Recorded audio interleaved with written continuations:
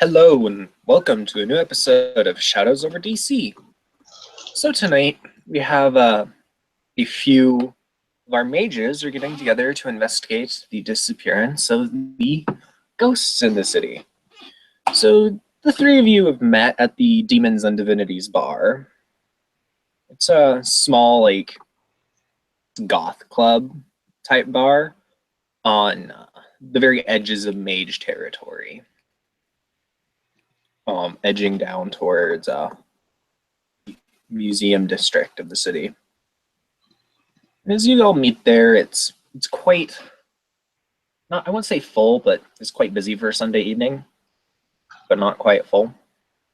I mean, there's people all around. Bartenders will offer you drinks and everything. You'll probably have a couple people offering to buy you guys drinks, and yeah, you can intro and head from there.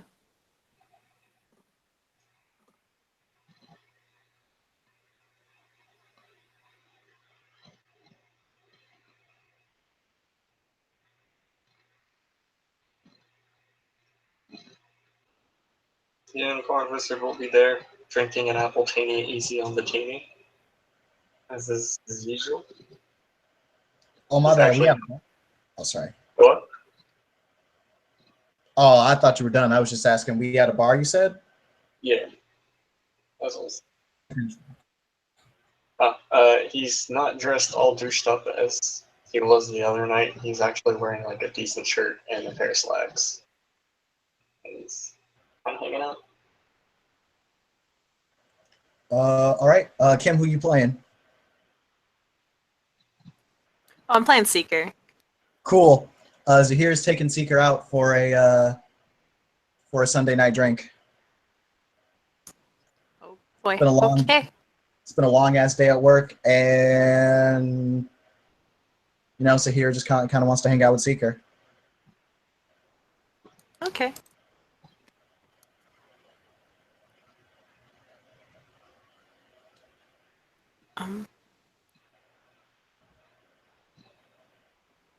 So I guess the first thing Seeker would, she'll turn to Zahir and just kind of be like, "So have you gone and talked to Asher yet about the thing that was brought up at the meeting?" Not quite yet. No, that's definitely on my list. I might be doing that later tonight. Although now, let's get the girliest drinks that we possibly can. I don't drink. Probably should have mentioned that earlier. The fuck?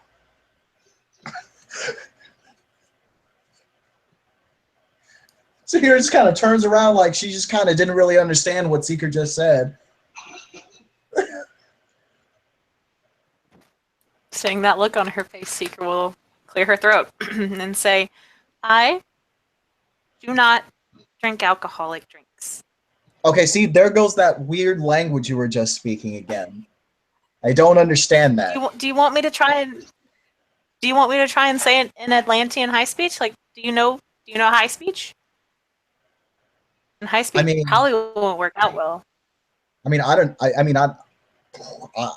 Look, whatever moon speak you want to use and whatever moon speak you were just saying, I thought I heard some heresy.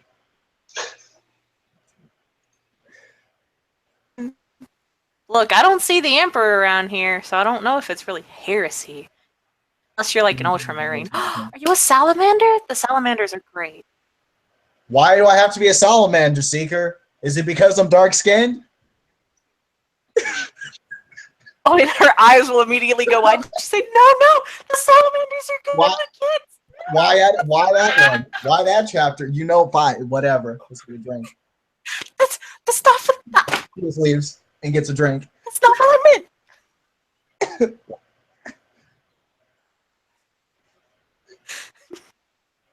Quickly following behind her and say, "No, I've been with the whole children things because the salamanders." It's fine. Shh. Seeker. I completely forgot that we're not. Seeker. It's okay. Also check your privilege. And she gets the earliest drink that she possibly can. That's not what I meant, though. You're just Hey, it's really cool drink. They serve this really cool drink at this bar. it's a mixture of alcohol and tea, and they serve it in this really big teacup with the saucer and everything. She is so getting that. Do I need to roll stamina now? No, Okay. it's just alcohol mixed with tea and a tea Okay, I wasn't saucer. sure if it was supernatural bullshit, so I just wanted Nope. to make sure. Somebody gives the hair an excuse to sip tea. Absolutely. She's gonna sip tea Look, I all. will roll some. Some what? Yeah, I'm gonna roll like manipulation subterfuge or something right now because Seeker's got like the biggest puppy dog eyes and she looks so sad, like on the verge of tears right now. I'm gonna roll Wit's empathy then if we're gonna do that because I want to see if she actually does feel bad.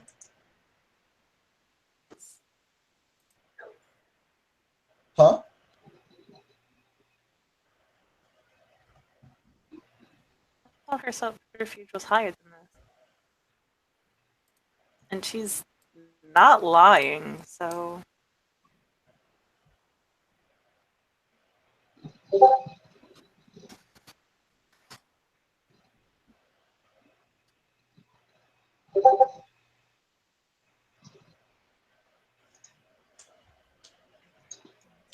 So That Tim is has just two two. successes. Oh damn! Ah, damn. Yeah, no. She has a fucking She- dice pool of 9 to lie. Jesus. she's got That's not even. Barrett. Get it.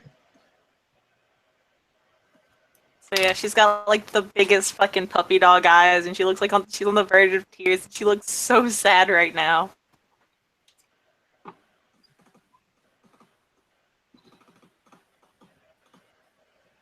Sips drink. Looks at her. So with my Wit's empathy, she was actually super sad. Yeah. I will forgive you if you get a drink with me. But I don't drink. I'm a really lightweight. And the last time I drank, it was bad. You can get you something I just- light, girl. It's all good. I don't know, like my tolerance. I don't want to end up passed out on the floor again. Like that was weird. You won't be passed out on the floor. You don't have to drink a whole drink. You have to drink one sip of the drink. Like a toast. Fine. You can get fine, you can get a virgin drink. I don't know what that means because I don't drink alcohol. It's a drink without alcohol. Damn.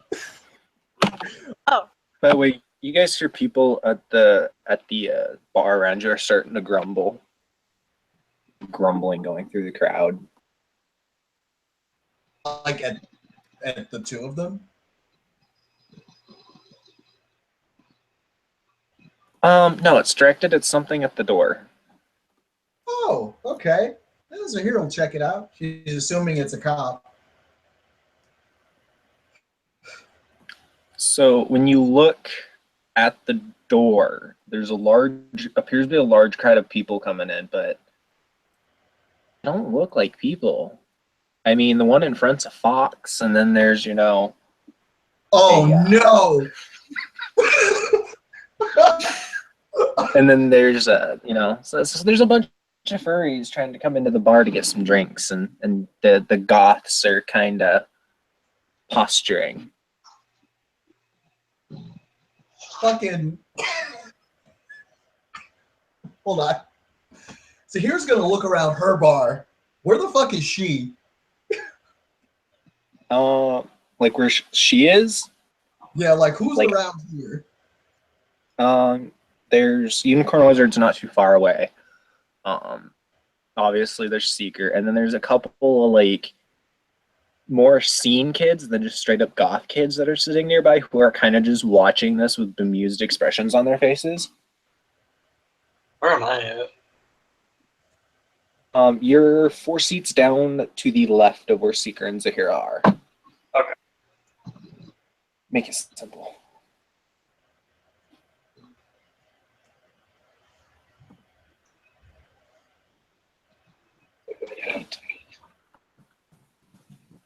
And I'll get a little. So like screen share. So the the entrance is over here. So this is the entrance. Bar runs along like this area. Like tables and stuff are along here. So Jason's about here. And then Seeker and Zahir are about here. Gotcha. So, yeah.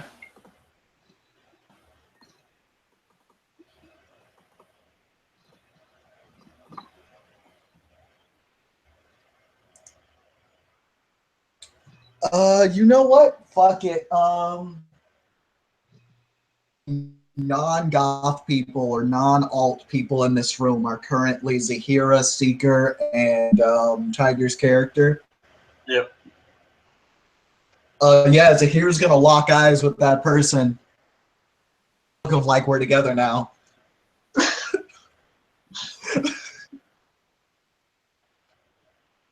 He's just gonna look up, grab his drink, and then move down the bar towards them. Zahira will then look to Seeker and say, I think I've secured our backup. Yo, Seeker's gonna look. Seeker. She'll wave, like, somebody who's had way too much sugar that day. And she'll say, hello, new person. What's your name? Oh my god, it's a new person. Hello, hello, hello. And the entire time she's waving. By the way, there are fists being thrown at the front. Oh my god, people are throwing hands now? Like, Zahira's looking Except they're not fist fighting, they're slap fighting. Oh, what the fuck? God damn it. Zahira's gonna say that out loud. Oh, what the fuck? You kidding me right now? Whatever, man. Seeker's gonna turn around, look at him, and just shout, guys, you ball up your fists like this. And she'll, kind of ball up her fists. And she'll say, this is what you hit them with. You don't hit them with them. That's silly. You punch them. Some of them start punching, but the bar brawl, which is moving towards the back of the bar and security's getting involved, still seems to be consisting mostly of like super skinny, pale white kids and people in furry costumes slapping each other. Seeker is starting to videotape this.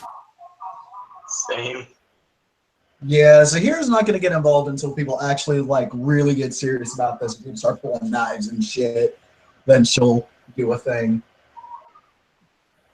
No, they're just slap fighting in the background. Like they're not even coming close to where you guys are. Like Oh, it's okay. heading towards the back of the bar. All right, yeah.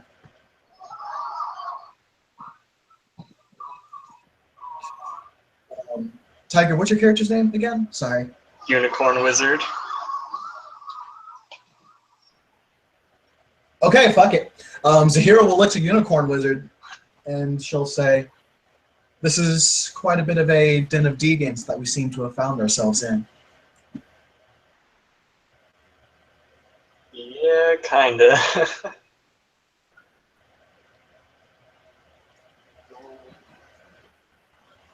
So, in case things actually pop off, I would like to know your name. He's going to look at Seeker like, is she like in the know, or? Seeker's gonna kind of she'll nod and say, yeah, she woke up in pandemonium. I'm Unicorn Wizard. I'm sorry, what? And he'll like point at himself, unicorn, and he'll make like kind of a horn on his head with his finger, wizard. Then he'll flutter his fingers like he's casting a spell. Zahira finishes her drink. And she sets her glass down and she will say, Okay, well, Unicorn Wizard, it is very good to meet you. I am Zahira. Right at that moment, a unicorn furry is fighting with a goth kid in the background of your conversation. At a certain point, do they stop being furries and start becoming otherkin, or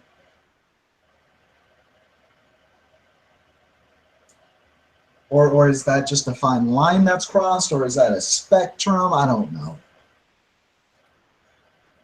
I don't really get the whole Well, thing. according. My bad.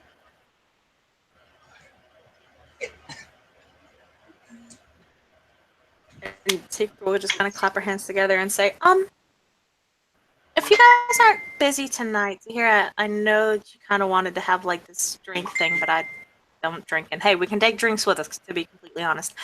There's a itty little problem that's happening. If you guys want to help. This. What's going on? Somebody's fucking around with my ghosts. Can we not have this discussion right here? Well, you asked, and they're just fighting over there. What's gonna happen? One of the fucking. Is that? Oh my god! Is that a badger? Okay. The badger pulls out a knife and starts trying to shank one of the goth kids. Alright. Okay. You're just Except- kind of slot. Oh, sorry. Just the one really weird thing, when he pulls out the knife, it's attached to one of his fingers like a badger claw. It's fucking nuts. Oh my god. It's a lot of not okay. Yeah, she's gonna see if she can't get this dude to turn down. Any regular person would use magic. I'm gonna say Zahira probably forgot that she can use magic for right now because she's gonna go and talk to these people. This could go well or awfully. Or both. As Zahira's walking off, Seeker will just kind of Gerald and ask, just tell him to do his thing, and we'll find the role for his influence because he has influence happiness. Okay. Alright. He has influence. What? Happiness. Because he's a spirit, they have a sphere of influence. Like dog spirits can generally influence. I understand that. I just didn't know what's casting it. Gerald, the monkey. Oh, okay. Okay.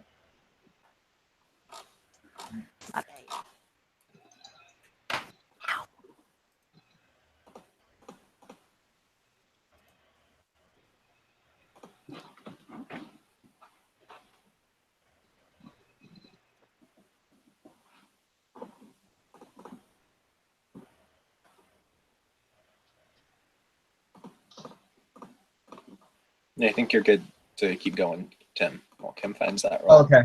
Yeah. Zahir's gonna go ahead and approach. So the badger with the claw now notices a hot 20-something Muslim woman just kind of standing in front of him. He makes a growl that's very obviously made by a human trying to act like an animal.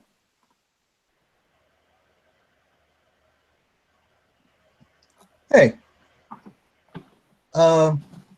Look, I completely understand someone coming at you sideways and wanting to throw their hands, but what's up with the knife? He just growls at you. Like, he doesn't say, he just growls at Zahira. That same really derpy, like, I'm a dude trying to act like an animal type of growl. You know what? Zahira's gonna go with this. She'll kind of back up, almost as if she's flinching at him, and she'll say, I'm sorry. I just wanted you to stop. No one needs to get hurt like that, okay?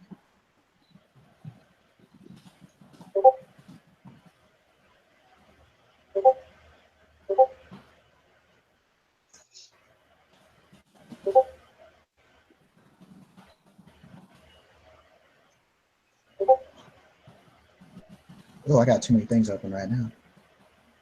Okay, how many successes did you get, Kim? 4 successes to make everyone in the room feel very happy. And Okay, so yeah. Sahira and Unicorn Wizard, you feel really happy. And the goth people are like doing their weird version of a smile where it's like half of their face, half their mouth is going up, the other half is going down, and they're still beating each other up. They're just doing it really happily now.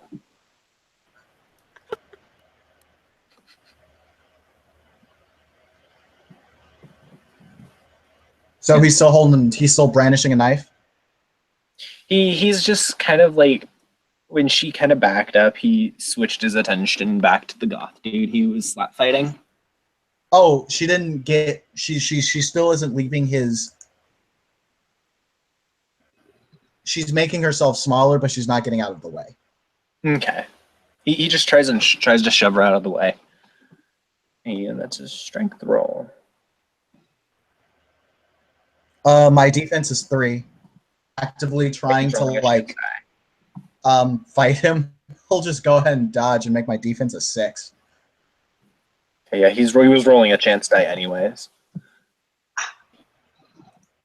He's got a strength of 2. Watch him botch this. Hey. He rolled 6. He's fine. He just doesn't, actually manage to move her at all. Yeah, she'll actually look like she was somewhat hurt by that, and she'll say, "Can you stop, please?" And then he goes Krynos. No, I'm just joking. Oh shit! I was gonna say, and now we're turning up.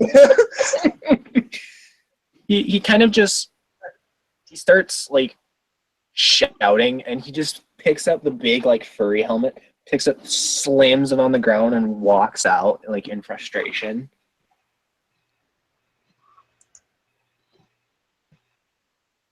She'll just, as he leaves, she relaxes, goes back to her normal self, and comes back to the group. Joey, do I know that I have been magically influenced? Make a perception or wits awareness, I'd say. No awareness There's not is there. And let's say you need a prime spell to do that then. I mean, I do have the mind. Well, she should be able to figure out the same thing with mine to know, because the way that it is written in the book, it was not a very subtle thing. It was that one moment she was feeling this emotion, and then suddenly this other one was forced onto her. Okay, yeah. And In that she'll case, yeah, especially then be she'd be able- able to tell. Like, she'd be able to tell then if it's just like a sudden thing. I thought it was like more subtle. Mm-mm. Spirits aren't really Okay. subtle. Okay, so what am I rolling? Because, like, at this point, yeah, no, if it was very jarring, fine to be like, what the fuck?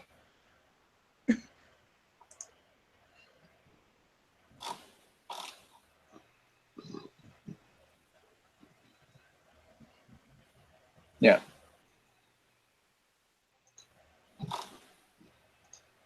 Okay. Did I pull up Supernal Vision to figure out Yes. that going down? Say. Eternal Vision would let you do is figure out where it came from, like where the magic came from. You know that magic was used. That would allow you to tell where it was used, like who used it. Yeah, because to be fair, I did just remember this. All mages have the unseen sense merit. Mm-hmm. Yeah.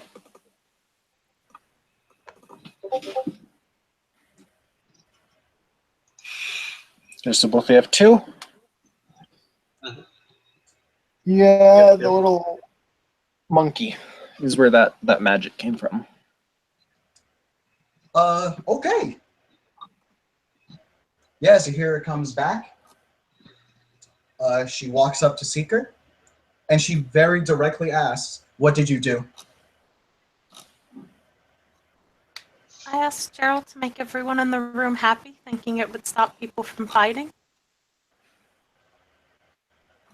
That's not okay.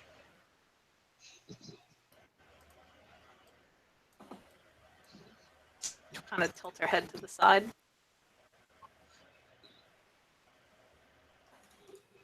Um,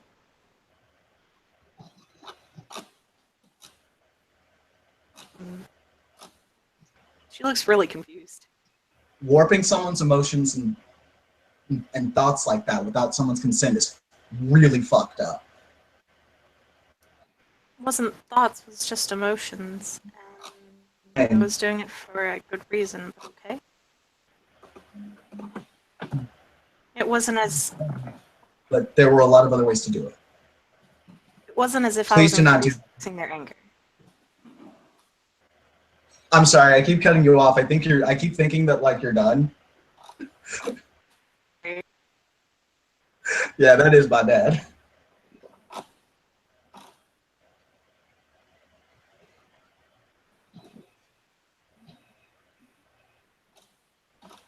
But yeah, you go ahead and finish. She'll just, reach a hand into her bag and kind of, pet Gerald and say, it wasn't as if I was increasing their anger or anything. And it'll wear off in a couple of minutes anyway. It wasn't as if I was making them try to kill themselves or something. So because it's something positive and because it's short term, that makes it okay?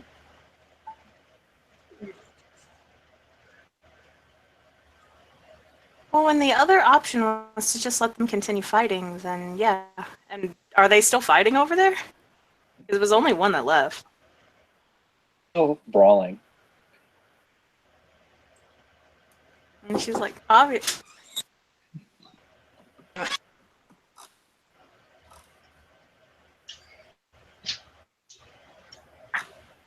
God damn it, I'm sorry, guys. I didn't mean to play this character as wisdom bait, but I think she's wisdom bait.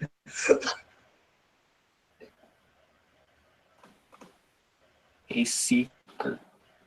What's your wisdom at? My wisdom is 7. I was asking what seeker's wisdom was at. Oh, sorry. I thought you were asking what mine was, because I thought I heard 10. Gotcha. My apologies. You're good.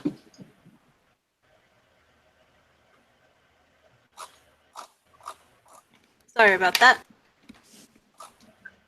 And yeah, Seeker's wisdom is 7. Hey.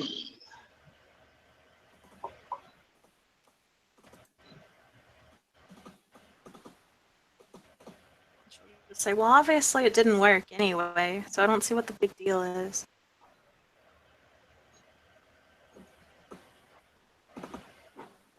Like that. Like mine. Like all of ours. They're dangerous. I mean, yeah, it was for a good reason. But how often are we going to use that to justify what we do? One moment. Oh, okay. I can keep going on my monologue and just kind of bullshit.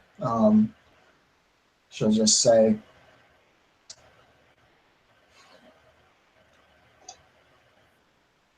things like that should really just be a last resort. I mean, Well, one of them had a knife, and so I thought better than using vulgar magic. Great, the knife. It would be a little easier in case you didn't manage to work it out. The room happy.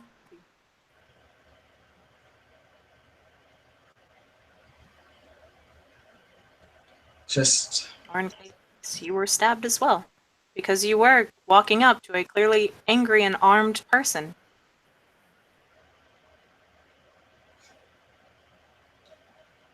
and had it escalated to that, I would have been able to handle it. Trust me, everyone thinks that they can handle everything, but then it turns out that it just doesn't really work out that way. Aren't able to, theoretically. I was not going to risk it because I don't know how well you are at fighting and anything like that. And so I didn't want you to get hurt. Sorry.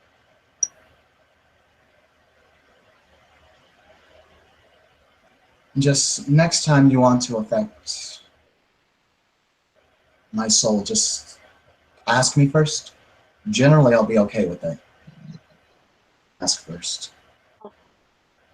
I'll keep you out of it next time. And me, I don't have any power over mind anyway. Minor emotional influence, because that's all Gerald is able to do. Then I would still like you to ask me first before he did something. If you were walking halfway across the room, I'll shout it next time and be like, hey, can my mystical magical spirit monkey, do this? Text me.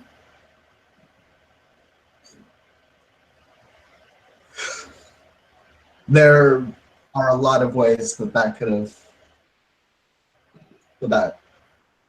Just whatever. Let's do your ghost thing, yeah?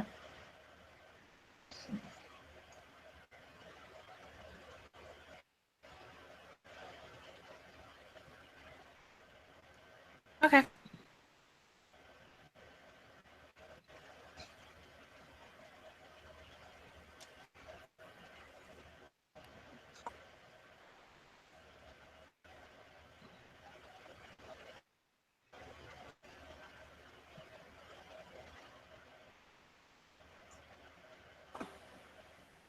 So the fight's died down at this point. That's good. Security came in and broke it up.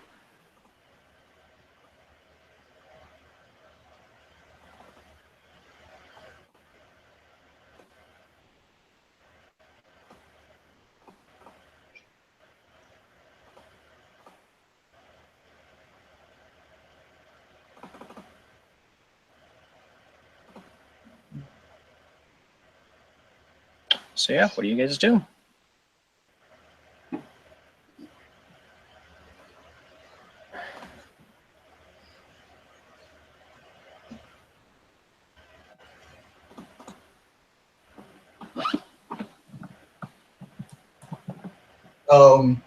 Yeah, no, at this point, Zahir just kind of wants to help Seeker with the ghost problem. Yeah. April was It's called very cold and silent.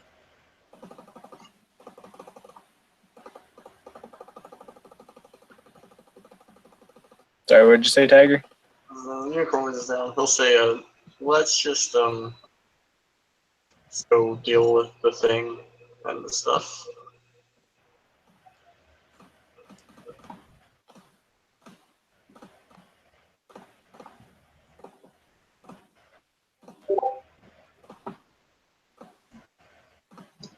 Okay.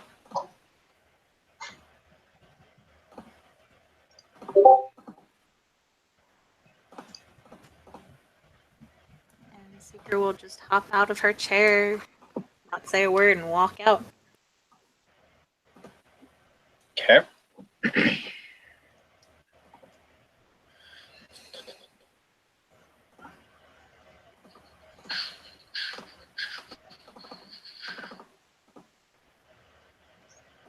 Okay, so where do you guys go from the bar?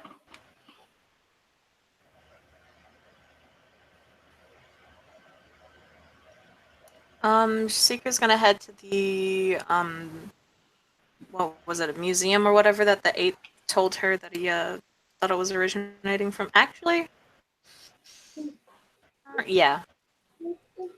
He said it was somewhere in the museums, is what he said, that the answer was somewhere in the museums. Oh, the museums. Ooh. So he doesn't know which of the museums. Okay. Mm-hmm. In that case, she's just gonna go. She's gonna message Essie because she still hasn't given that tablet back, unless it was taken from her. Mm-mm. And she'll message Essie and just be like, "Yo, can I use your Twilight portal?" The response you get is why, with like 5 question marks behind it. She'll just reply, "What the hell do you think I'm gonna use it for? I'm gonna go into the Twilight. I don't want to spend 3 hours making a portal." Yes, I know that, but why do you want to go into Twilight? And she's just gonna put official Mysterium business and then a little smile emoji. The response you get back is,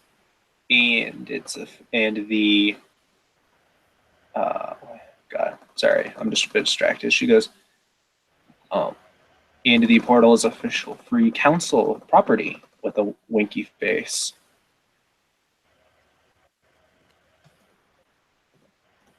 So where are we going, Seeker? Just one moment. I'm talking with Mage Mom here. She's being a little difficult. It's like 5 minutes. Sorry. Mage Mom. Yeah. I mean, Essie? Yeah, Essie. What's she being difficult on? She's not letting me use her portal to the Twilight. And I don't want to spend Why not? I don't know. She wants to know why. Thinking I could get away with that, obviously. It's not working. Yeah. Jason's gonna text her. Hey, can we use your Twilight portal for official free council business? The response kid is, well, I guess since you asked. Thank you. And then a little heart emoji.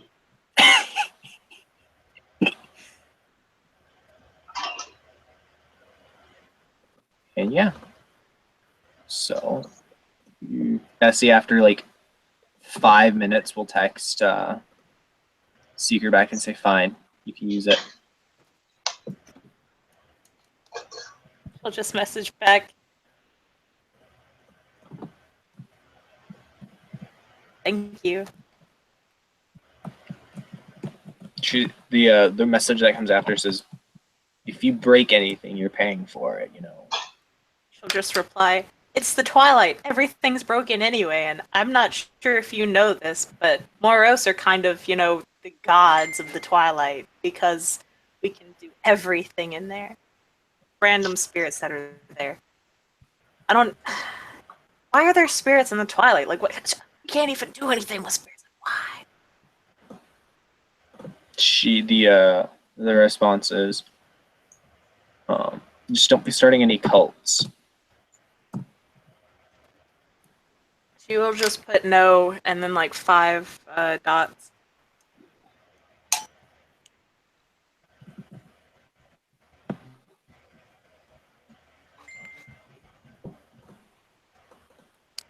Okay.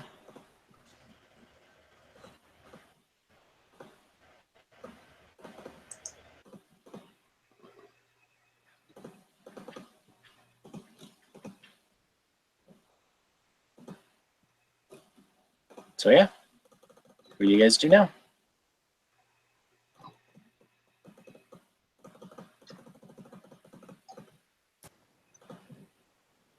Seeker's gonna, you know, go to a Twilight portal. Yeah.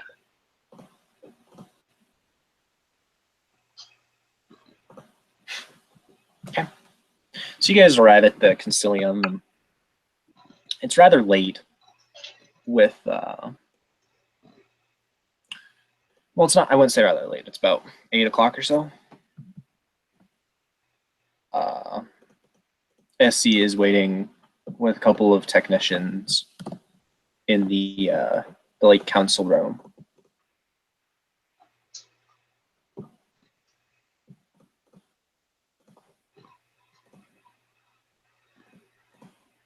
And so when you guys get there, she'll kind of look at you guys and say, well,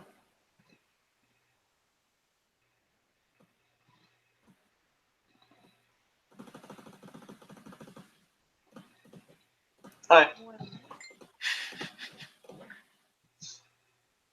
hello, Unicorn Wizard. How are you tonight? I'm okay.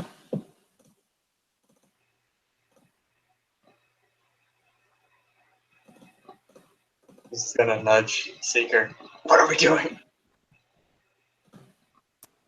Ghosts. I mean, we're not actually doing them. They'd actually have to be there for that to happen, but they're kind of not there.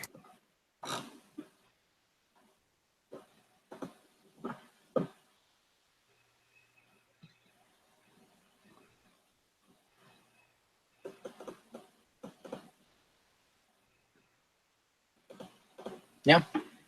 She'll sigh and say, all right, fine. Come with us. She turns around and heads off to the portal room. So, Tim, 'cause you didn't see this last time, so she leads you up to the second floor of the building, and there are like a lab set up here. And in the center of the room, there's a big stone like portal circle thing with it's got 2 rings of stone in it. The outer ring has like these runes carved into it at equidistant like intervals, and it's kind of sunk a little into the floor so you can walk right in. And in a little like oval like what's the room looking for? Not plinth. Like basically like control panel thing that SC walks over to and starts pressing buttons on.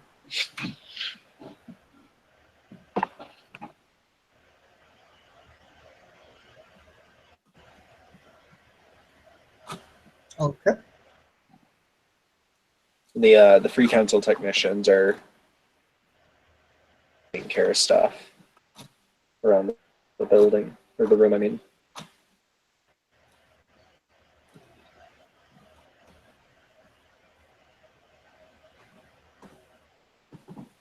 so do you guys do anything while you're waiting?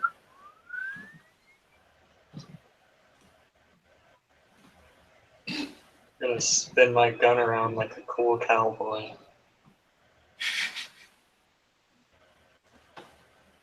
So roll dexterity firearms and hope you don't botch. Oh boy, here we go. Watch like Unicorn Wizard accidentally shoots SE and kills her. Has to go on the run. Oh, I am a real cowboy. No.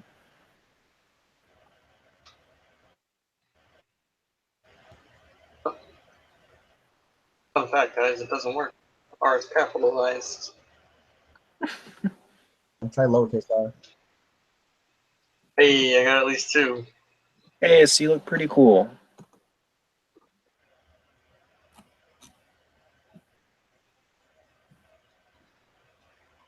Yeah, just 2.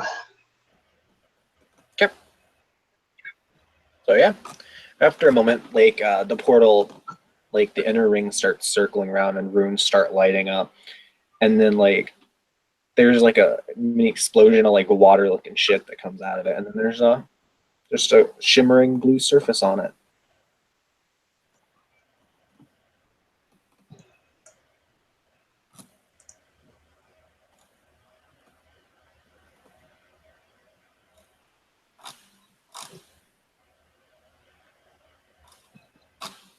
FC just looks over you guys. Well, don't blow anything up. Unicorn Wizard just kind of looks a little sad at that.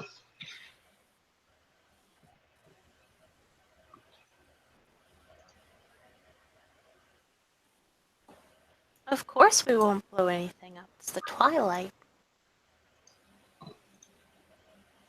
She kind of just narrows her eyes a bit at Seeker. Blow anything up? Nah. Goodbye. Have fun. It was a great day. Thank you. And she'll just kind of walk through the portal. Okay. Presume you guys follow? Yeah. Tim?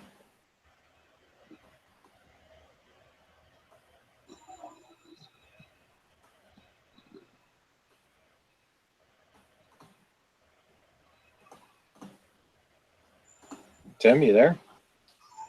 Oh, sorry, what? I was not paying attention. I just want to make sure you were like keeping up with this. Question mark. All I heard was question mark. Oh, sorry about that. My internet's getting a little fucky late right now anyway. Gotcha.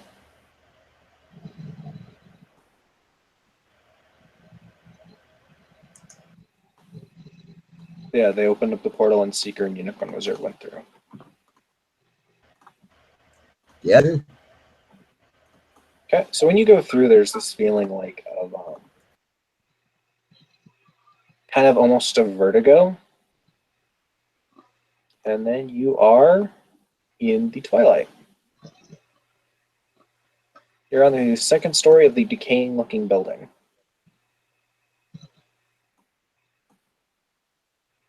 Unicorn was just gonna take a moment. I'm never gonna get used to that.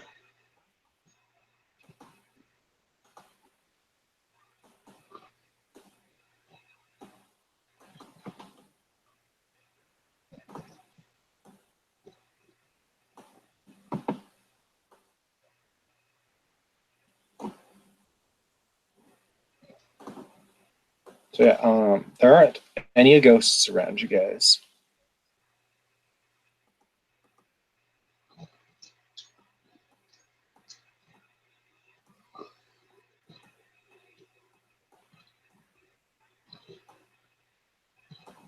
So yeah, what do you do? Question: do we need Speak with the Dead to talk to ghosts in the twilight? Not in the twilight. Nope.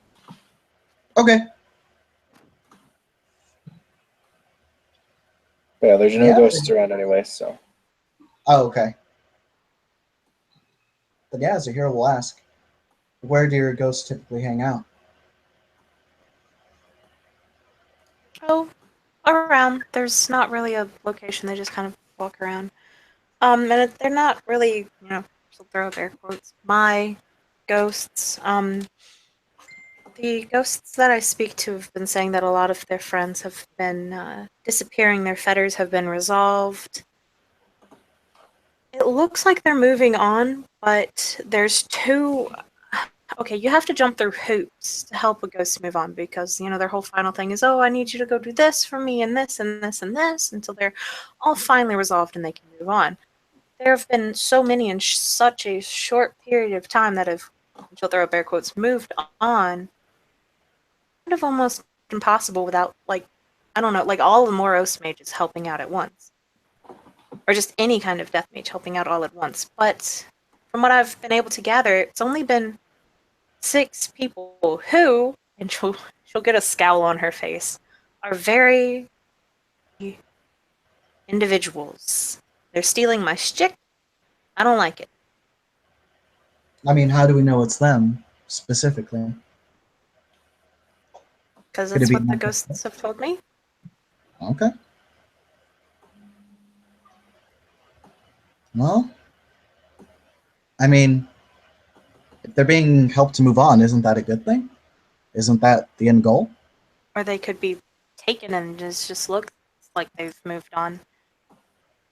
And okay, I will be a little bit more specific.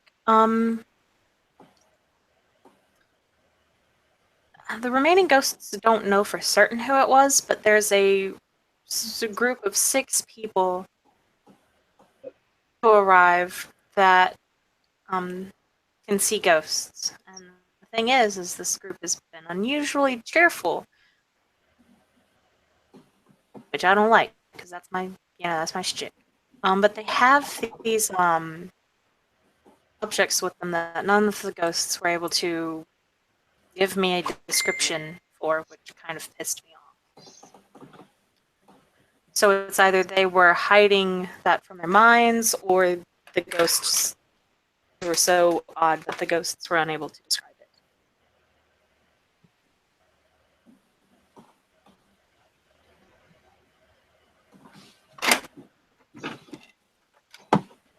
Okay. So what are we hoping to accomplish here? Find out where the ghosts have gone, or find the people responsible. Preferably both. All right. You're a necromancer, right? Can't you summon?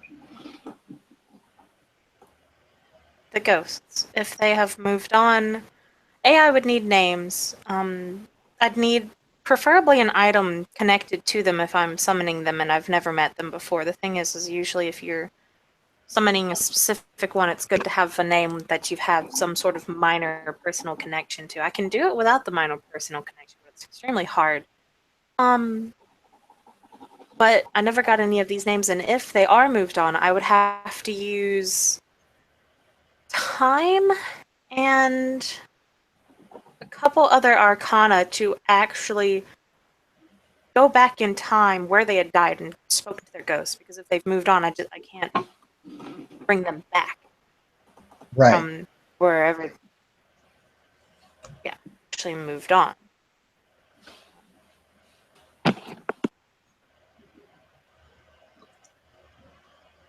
So I figure we can get started mingling then, yeah? Yeah. I spoke to the 8th, and he was like, check around the museums, but do you know how many Smithsonian museums are around here? Like, there are so many, and he says it was inside one of the museums. Then again, isn't there like a massive tunnel system connecting all the Smithsonian museums together? It could be in the tunnel system, but I want to go into a decayed tunnel system. Yeah, that doesn't sound like the best. Doesn't sound like the best option we have. Yeah, kinda.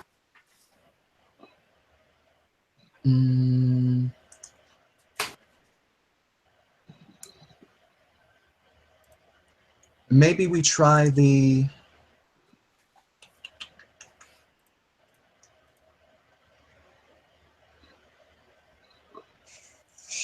Zahir starts thinking.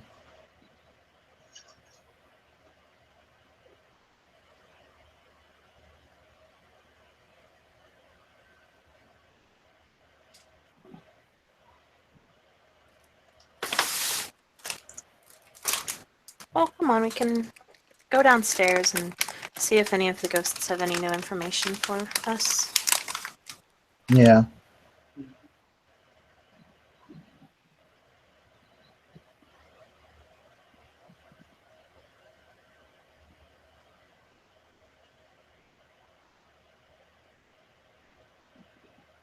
Failing that, we can try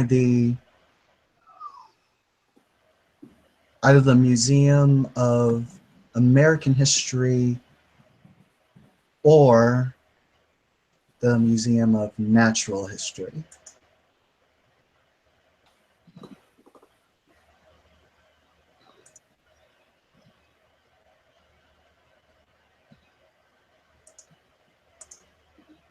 If we don't find anything in these in this first one. I mean, worst comes to worst, I can just ask a ghost to, well, I don't know, we could... Actually, if we have no other options, I could reinforce the, of the tunnel system that connects that connects all the museums and search down there if we have to, but yeah, your idea sounds good first.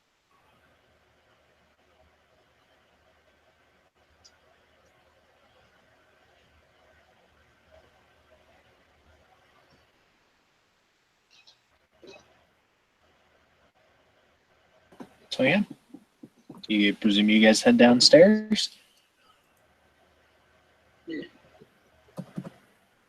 Okay, so as you guys head downstairs, you notice there's a suspicious lack of ghosts in the twilight here. Few at like in the distance, but they're drifting away from where you guys are.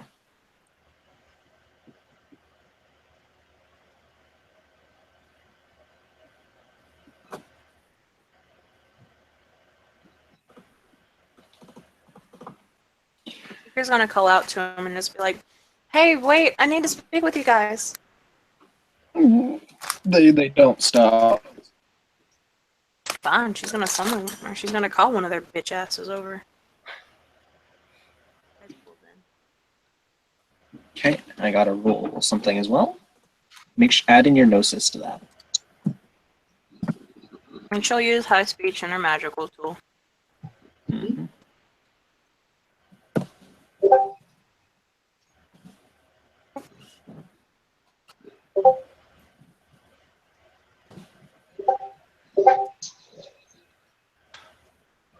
So that was 3 successes for me. Also got 3 successes and a reroll.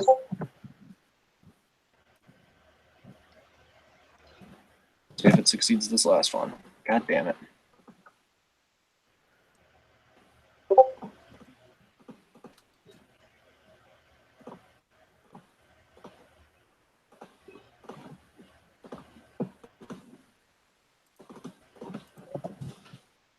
Okay, so the ghost continues in the direction it's going. Well, Jason's just gonna run after it, yelling, "Hey, what the fuck?" It looks back at you. It looks back at Jason, but it appears to be being pulled along. Zahira is how fast are they moving, Joey? Their speed is rapidly increasing.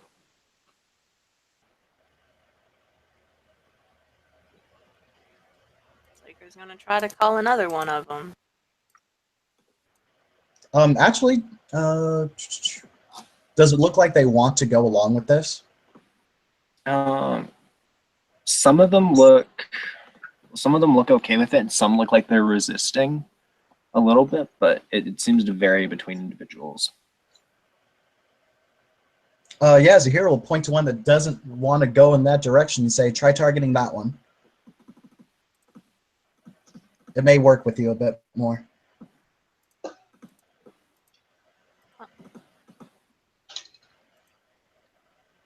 Yep, and she'll target that one. High speech and magical tool again. Oh boy, thank you, guys. It has one less success, or one less dice than last time because the spirit is actively resisting.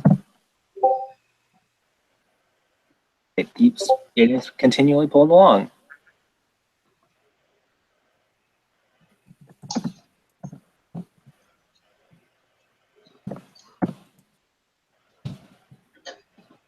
Yeah, 3 successes. It's still being pulled along.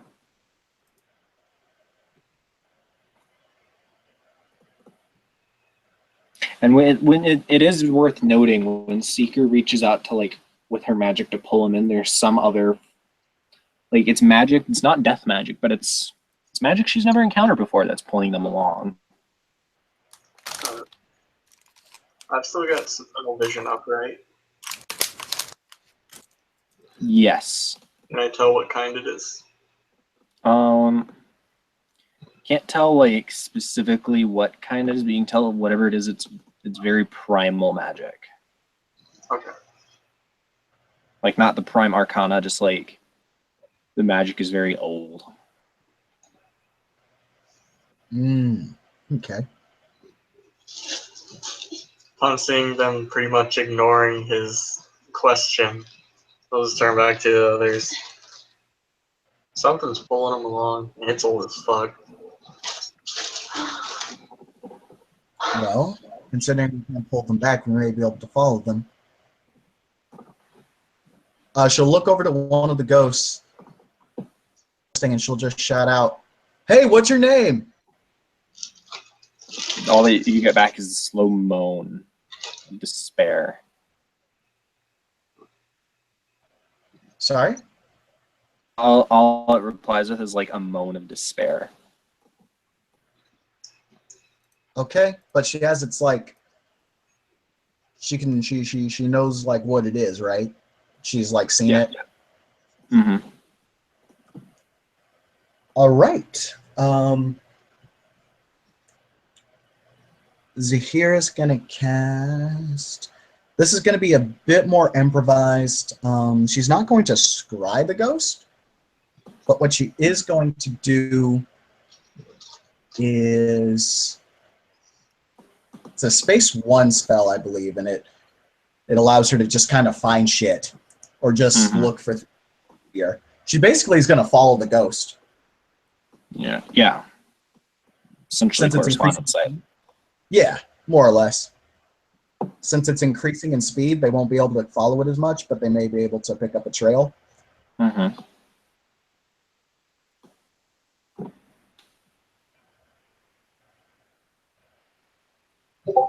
Come on. Hey, there's one success. One's all I need for government work. Let's get it. Mm-hmm. So you're able to track it. And sorry. Oh, Zahir was just going to say, have a bit of a beat on it now. Let's get moving.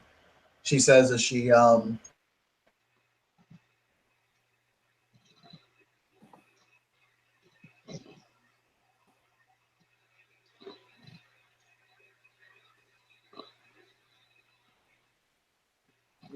Let's go.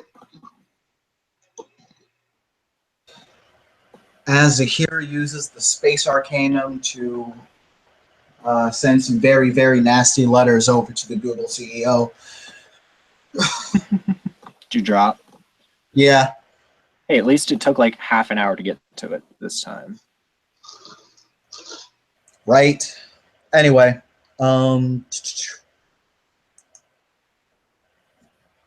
yeah, Zahira will just say, I have a beat on them. If we can't summon them, we can at least track them.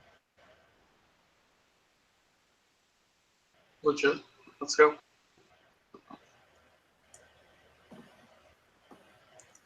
And just saying, Joey, I don't know how this interacts with the Twilight, but I do still have my third eye up, my Mind One Mage sight. You're picking up like the faint like after images of a mind that the ghosts have. There's nothing else you're picking up right Okay. now other than the other mages' minds. That's legit. Because I do not believe that crosses the gauntlet between the Twilight and the physical realm. No, Jen, I don't think so, but I just wasn't sure. But so I just asked you. Gotcha. Hey, You are Oh, sorry. I'm so sorry. I was just gonna ask one thing to Seeker right quick. Go ahead. Zahira was going to Seeker and ask, "Hey, can we work together on spells?" I just heard together on spells. We work together on spells. In what regard? Well, throwing a threat out and dragging someone over. Maybe we can use your knowledge of death and my ability to and my perceptions, and we may be able to trace a line back.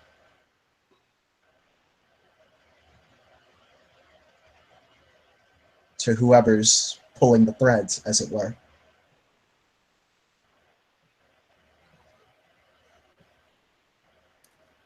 She'll nod. That should work. But the thing is I don't believe that this is death magic. It would probably be best to use Prime, since that is the magic of magic. So using that, because whatever it is pulling the ghost. So using that and using Prime and your sight.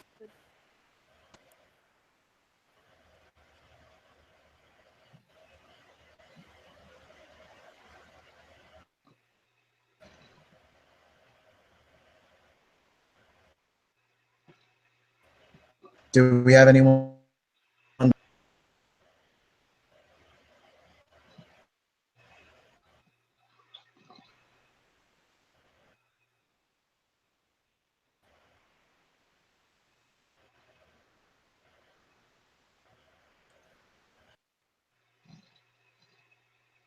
Sorry, cut out the Tim. Didn't catch what you said. Yeah, I cut out super hard. Yeah, all Zahira asked was, do we have anyone that knows Prime, like here? Unicorn Wizard raises a hand. Zahira will shrug and she'll say, if she'll look to Seeker and say, if you think it's worth a shot.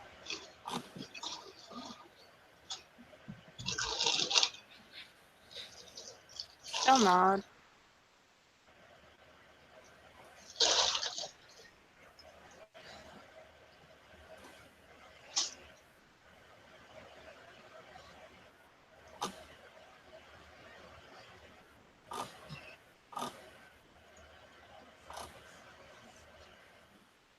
So what are you guys doing?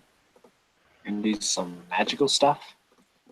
Yeah, we're gonna do some magical shit. Looks like we're gonna combine Space 2 and Prime 1 threads of this magical effect to the location. Okay. How do effects? Both of you roll the effect, and as long as you get mine. Because I don't know the Okay. actual system, and I don't want to go looking through a book and hold up the scene to find it. Okay, I'll be dropping a willpower for this.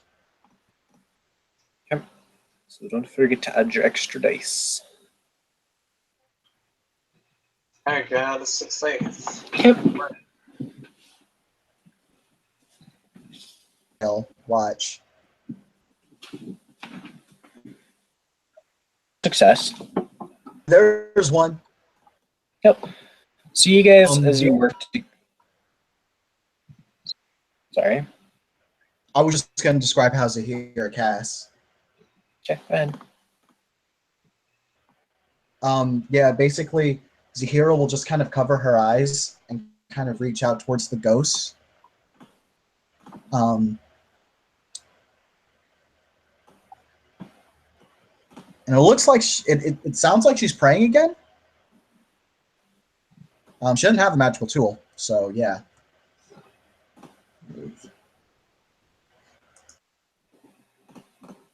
Okay.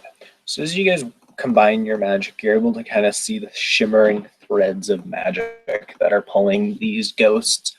And it is coming from the direction that they're being pulled. Like whatever it is, wherever it's coming from, the ghosts are being pulled directly there.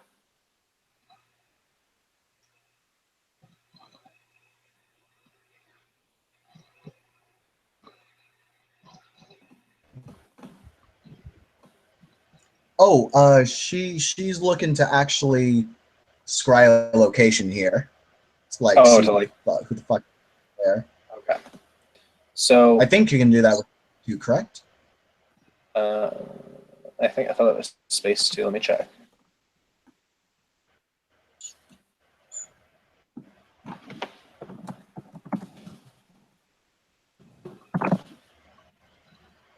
Just 1 second, I'm pulling it up.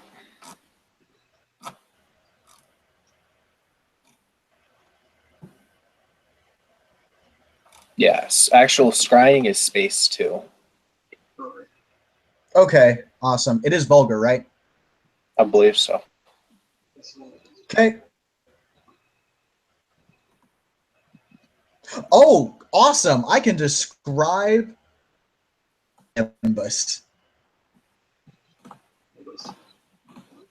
So, what both Seeker and Unicorn the Wizard are going to hear, firstly, what you'll see is a bit of a green aura come off of Zahira a bit. They'll see what looks to be a woman much more. Crying is Kurt. Sorry? Crying is I'm sorry? It is. It is. Oh man. Never mind. I was ready to be super awesome. I was ready to roll paradox and everything. Yeah. I was going to check myself, but I was just going to run with it. It was vulgar, but if it's covert, that's fine. Never mind. Whatever, man.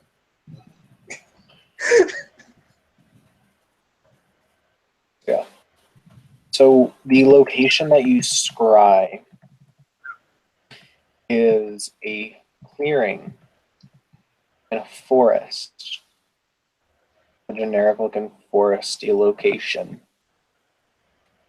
And there are people in like ragged tribal looking clothing dancing around a bonfire, with one older man standing in front of the fire with his hands raised, with holding a ornate staff with a eagle's head on it, raised in the air, chanting.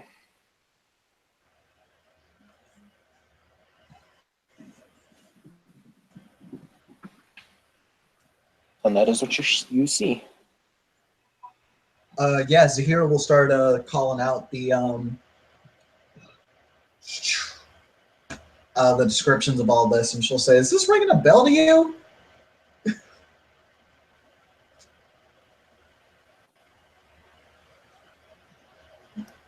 Shit. I'm sorry, I didn't hear the description. I zoned out. It's basically it's a bunch of tribal people, like people in tribal clothing, dancing around the bonfire, chanting, with an older dude with a falcon carved, with his hands raised, standing in front of the fire, chanting as well.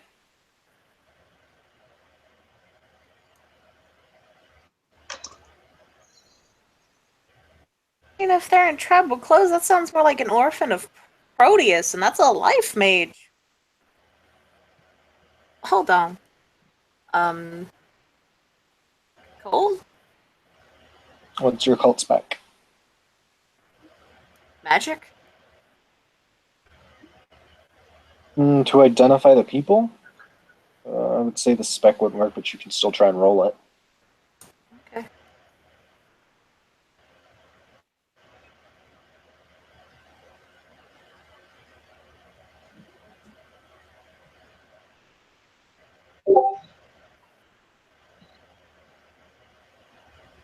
And Yeah, then two.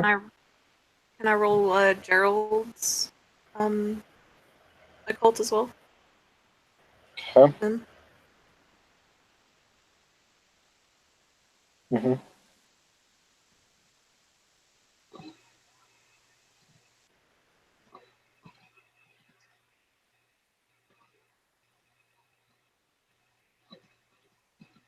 Okay, so 2 successes each.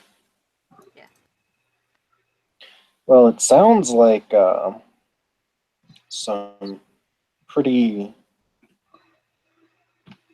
primitive magic, but with what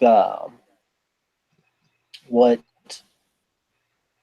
told you earlier about it being old.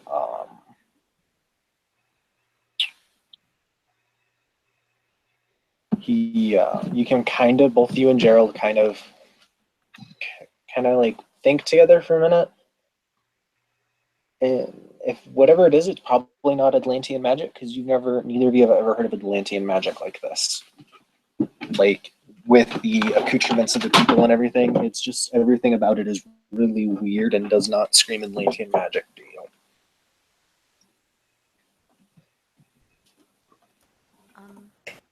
Well, I can tell you it's not mages. Or at least not anything Atlantean, which is, well, mage magic.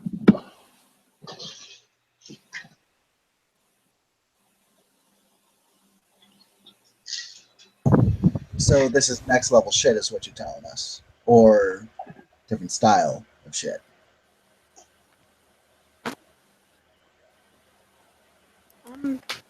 Well, most mages typically, unless they're like banishers, usually use some form or another of Atlantean magic, but Atlantean magic is like the oldest of field because it was back when, Atlantis was a thing. Doing any versions of that I've ever heard of. Maybe some changeling shit. Only one way to find out, right? I feel it important to mention that whenever she's going on about Atlantean magic, every time she says Atlantean unicorn wizard, it's just in the finger quotes. Yeah, no, that's fine. Yeah, Zahira kind of, she looks like whatever, Atlantis. In fact, I'm cool to just give you this, Kim. Every time Sika brings up Atlantis, Zahira's like, yeah, cool, whatever. He's just gonna look at you both in his blank and say, "What? What's the problem with Atlantis? That was our hub city. When we were at the height of our power. Might have been your hub city. Shit. You're a mage. It was your city too." Counselor. Okay, yes, I know the history of your order, and we didn't give you guys a name for a while, but magic you use is still Atlantean. The high speech that you use is still Atlantean high speech. I prefer The to think- Exarchs were. My bad. I prefer to think of it as the ancient language of Gondor. Thank you very much. I don't even Ron? know Atlantean. I've just been reciting the Arabic that I've memorized. She'll nod at Zahara, but then she'll look to a Unicorn Wizard and say, "Look, Gondor is not calling for aid. It's like you fucking think. That's what I fucking know." I mean, we can have this theological debate, or we can investigate those ghosts that are getting further away. Porque no los dos. Walk and talk. That's fair.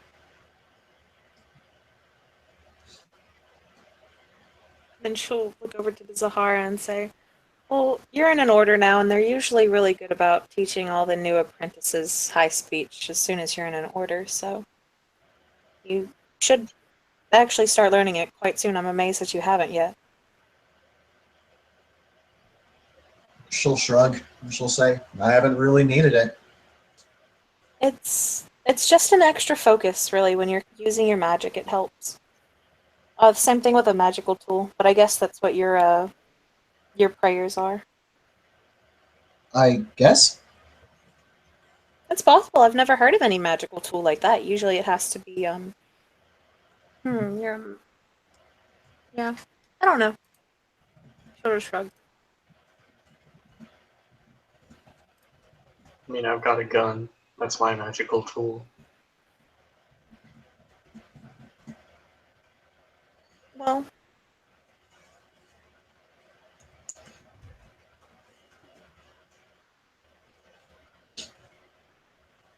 I'm not saying it can't be a gun. You're an Obremos, aren't you? Steel is one of your quote unquote path tools. Yeah. So that would work. I mean, for me, the praying is what made demons go away. Well, no. Praying is what warded the demons back so that I could get out.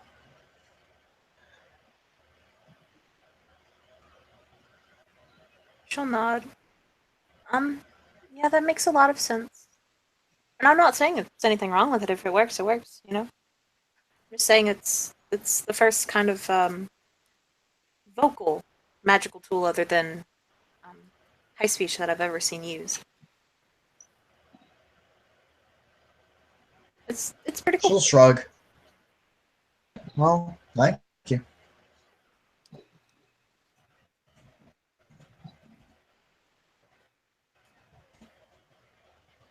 By this point, you guys have reached the twilight reflection of the place that Zahira saw.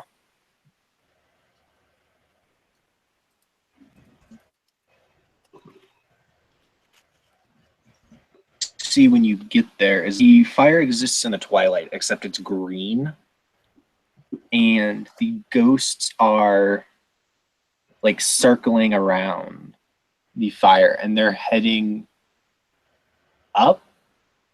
When they reach up, it's like they pass through something and they're not there anymore.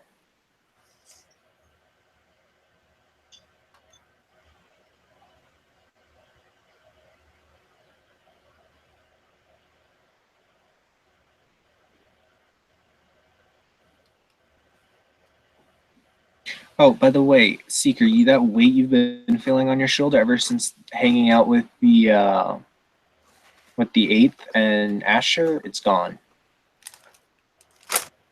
Okay. Now I got a question. Since he is technically a spirit, would Gerald have been able to see the Falcon? Yes. Is Gerald gonna tell her about the Falcon? No. Fucking hell, Gerald. Okay. I mean, she never, unless she asked him about it, you wouldn't say anything. Well, it's just a falcon. It's a spirit. Child's a spirit. You assume spirit liked her. You know? Falcons just happen. Like,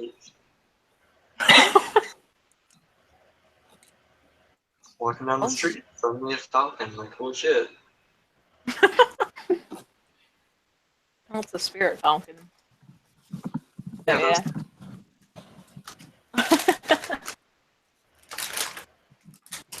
She'll just kind of look around and say, well, okay. I don't know about the rest of you guys, but you know, I'm not really made for combat, and if these guys are taking all the ghosts, I don't think they're going to be quite friendly when we go in for a chat. And I've really no way to protect myself, so I'm not sure about you guys. We can go with the tried and true method of poking the bear and then running the fuck away if that doesn't work. and worst comes to worst, I have a gun. I Well, don't think If any they're of them have manipulating, guns. You don't think what? I just said I don't think they have guns. And I Well, do, the which thing is a is- powerful negotiation tool. okay. Well, the thing is that's a gun. That's a physical material thing in the realm of death. Trust me, guns won't last very long. I could destroy your gun very quickly if I wanted to. It would be vulgar and paradox would happen, but it wouldn't be fun. I don't know if these guys have the same sort of. What do you mean, what? What do you mean you can disintegrate a gun? I can disintegrate any object. Unicorn Wizard just clutches his gun to his chest and is like, no, Zahira do looks that. like you're speaking in another language again, and she's like, "That's not how."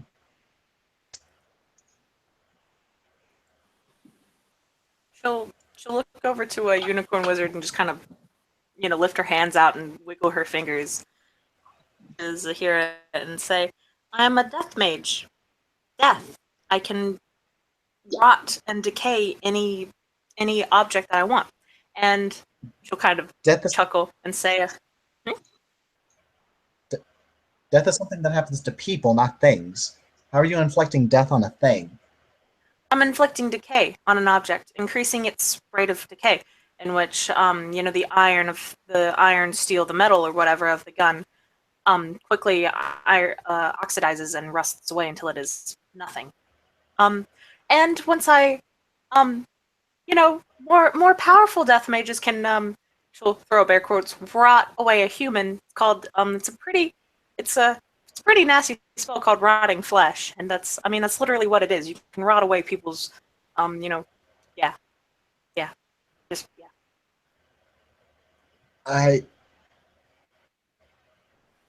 Objects don't have souls. Yes, you're correct. Objects don't have souls. We don't destroy their souls. Them and put them in like Tupperware, but More and more ghosts are disappearing, by the way. How are you doing that then? You don't get it. And she'll But- Ghosts. I'm just gonna let Seeker know she's trying to explain someone's inferior arcana to them. I thought matter was the inferior arcana for Moros or for Mastigos, not death. No, it is matter. That's where she's getting tripped up. But she's not trying to. She's considering it matter because it's affecting an object since she's never worked magic on an object.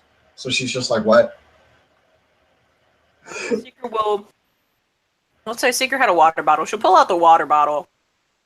Oh my god, this is vulgar, but Seeker's trying to prove a point. I'm gonna do it. She's gonna fucking do it. There's the paradox. It's death free, isn't it? To just completely destroy it. Got it? You can do it. Well, it's death. It's called destroy object. Yeah. So yeah. She'll use high speech and wave her bone knife at it.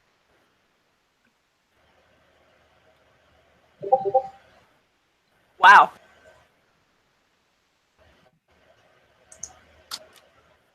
Oh shit. She's gonna point and she's gonna say, see? Let me roll the paradox. Well, I don't know. Would you get paradox if your spell didn't work? I don't think you would. Like, if you didn't actually breach reality, like, there's no reason for the abyss to bitch slap you. Okay, then she'll look at Zahara and she'll lift a finger. Say, one moment. It kind of fizzled there. I can do it. I'm By the way, no. Gerald is being pulled into the vortex now. The fuck you mean Gerald's being...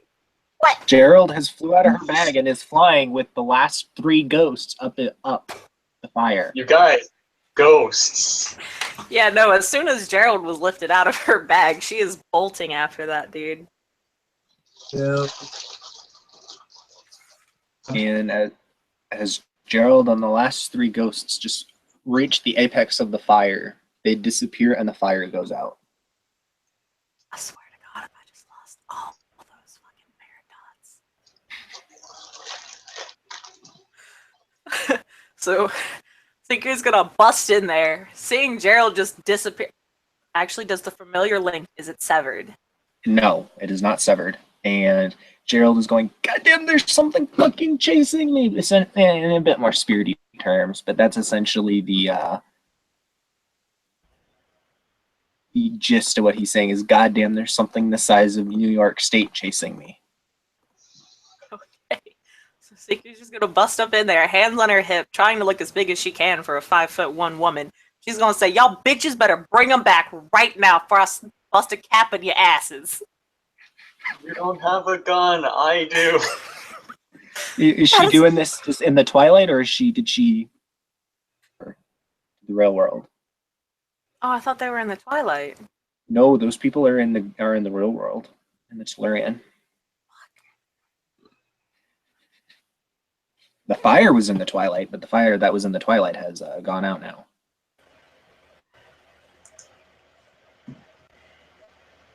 Well, without Death Force, you can't just materialize in there, so it's going to be a 3-hour casting to actually open a portal back.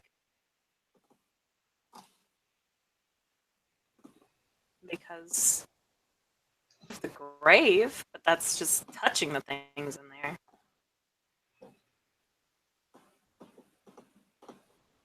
Actually, you know what? Yeah. I'm gonna use...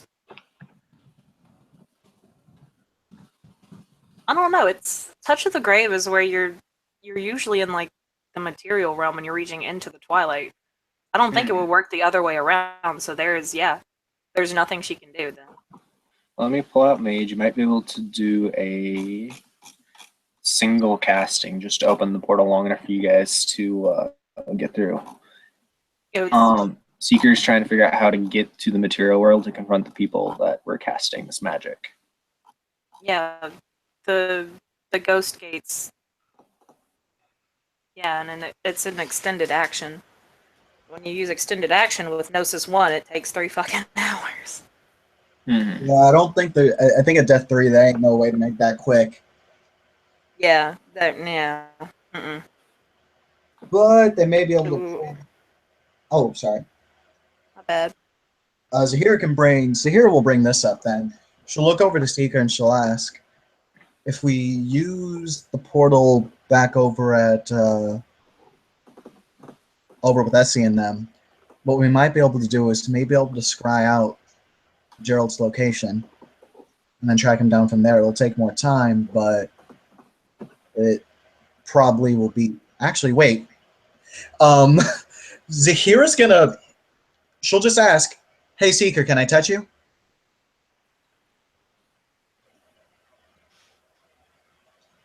Seeker's gonna just look at her and then just kind of ignore her for a moment, and then she's gonna ask Gerald what realm he is in.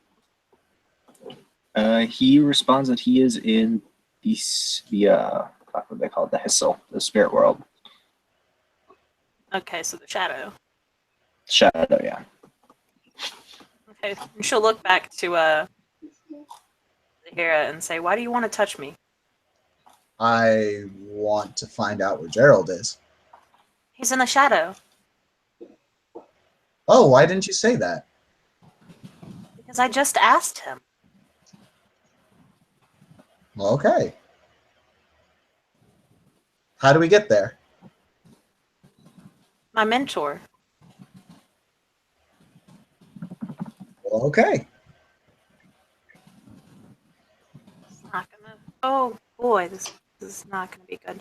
Look, like, okay, I don't know a damn thing about the shadow, and that place kind of freaks me out because it's just I don't understand that, and I understand a lot of things, so it pisses me off. I don't want to split the party though, so I'm not sure if we should actually go after the guys and see if they can. Why are they moving ghosts to the shadow? That doesn't even make any sense. There's only one way to find out. At that moment, a tear in the twilight opens. A falcon spirit at the edge of, like, on the other side of the portal, flapping its wings very, very urgently, cawing at you guys. Secret's gonna tilt its head, or tilt her head, and then say, I'm guessing you're a spirit. Did the eighth send you? Call It once for nods. yes, twice for no. Pause once.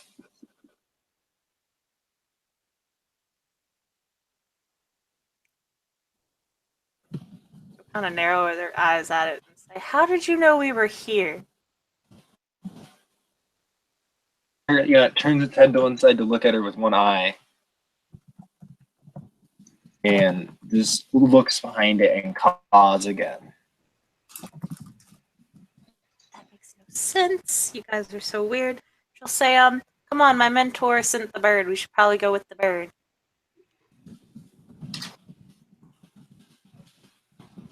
All right.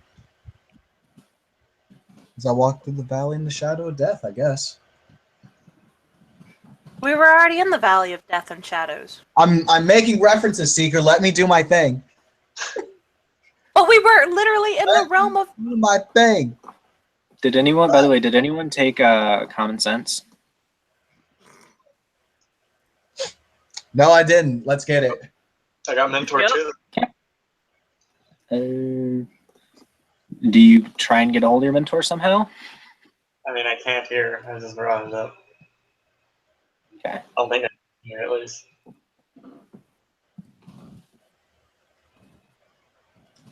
Actually, she'll look over to.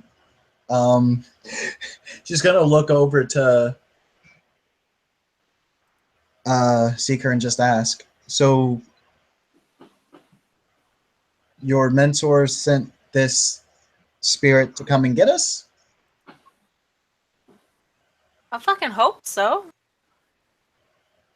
I I can would try call to. him, but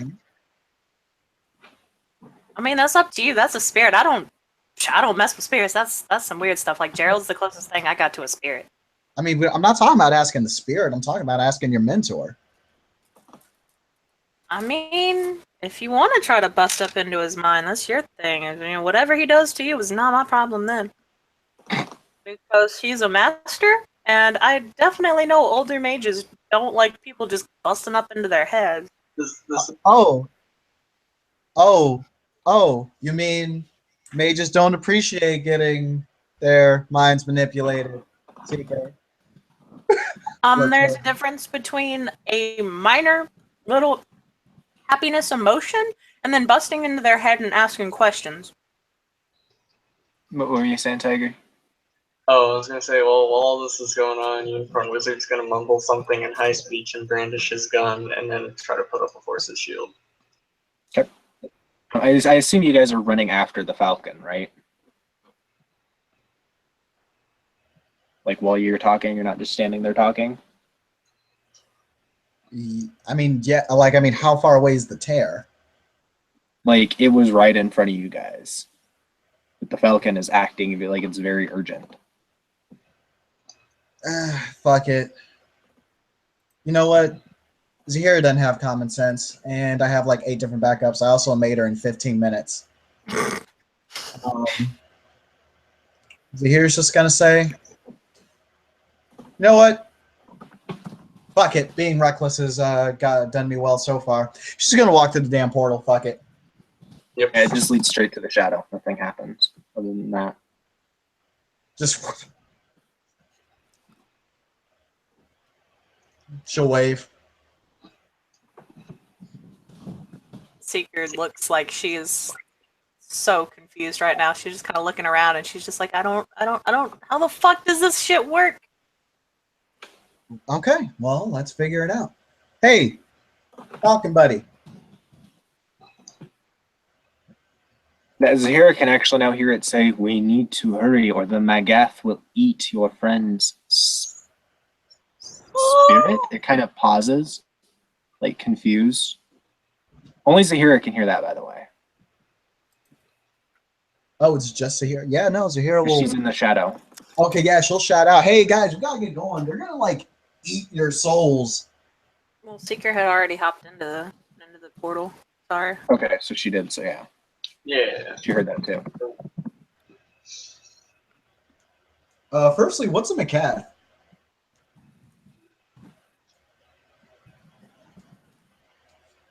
It kind of looks. I do not have time to explain as it takes off. I will lead you to your friend.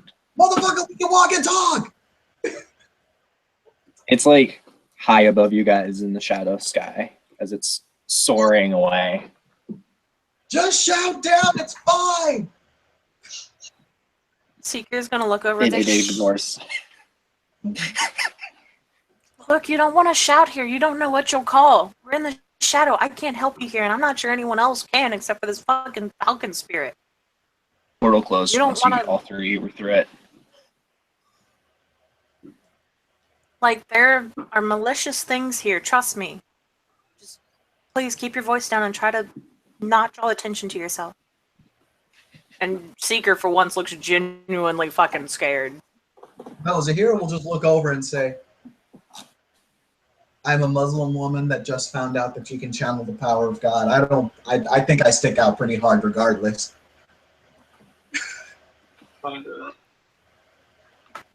And as you guys are running, following the falcon, you see, like in the distance, there's just this.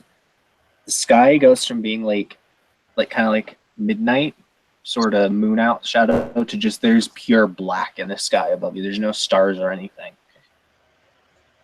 When you reach that area, the falcon spirit dips down from where it was flying to fly almost ground level.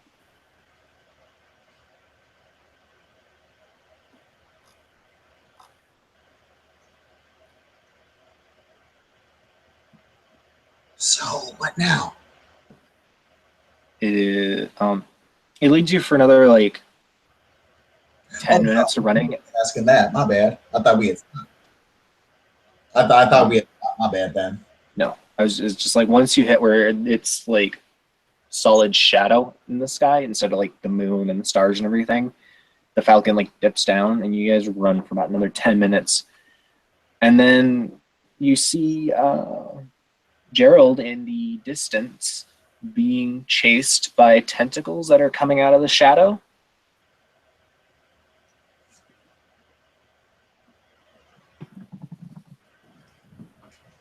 Wait, what was being chased? Gerald. Oh yeah, Seeker is like bomb rushing that dude. Yeah. Those are tentacles.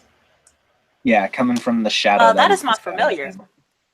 And that's fine. I'm just letting you know because I wasn't sure if you caught that. Yeah, Seeker's gone. Like, she is bolting towards Gerald. He like makes one of those long like curves to reach Seeker and leaps into her arms before the tentacles catch him. But then you have the tentacles reaching for the group.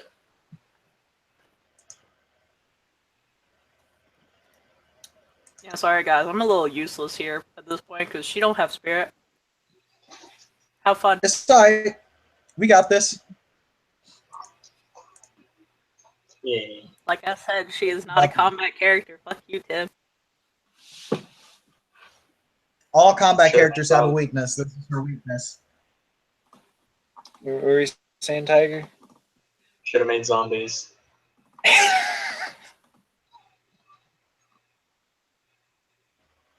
Yeah, you guys, the tentacles are only coming from one direction, so you can attempt to run if you guys would like, but I'm going to need stamina athletic rolls from you guys. Okay. Just don't fail.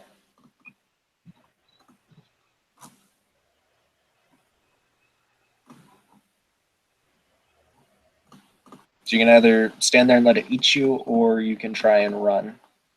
Yeah. Damn. It's like a good idea. Yeah. You said Dex Athletics? Stamina. Stamina, okay. Because you guys have been running for quite a bit, so. I'm gonna definitely drop willpower on this. Hey, considering Zahira doggedly, was saying matter magic doesn't exist, and Seeker failed to actually like destroy an object using magic, she was like, "See, I called it." Do I get a willpower back for pride? I can see that. Cool. I'm going to immediately spend that willpower on this. Wait till we Okay. get out of the shadow.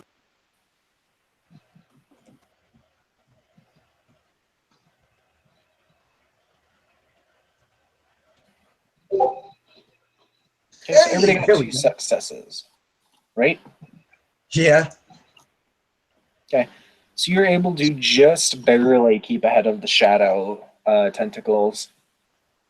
So, like, not really a portal, but a rip. This doesn't even look as much like a portal like the last one. There's just a rip in the shadow ahead of you guys. You head for it?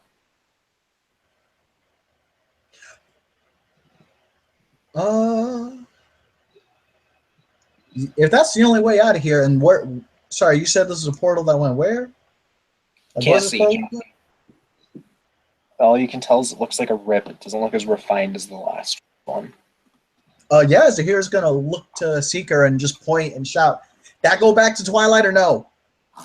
I hope it does.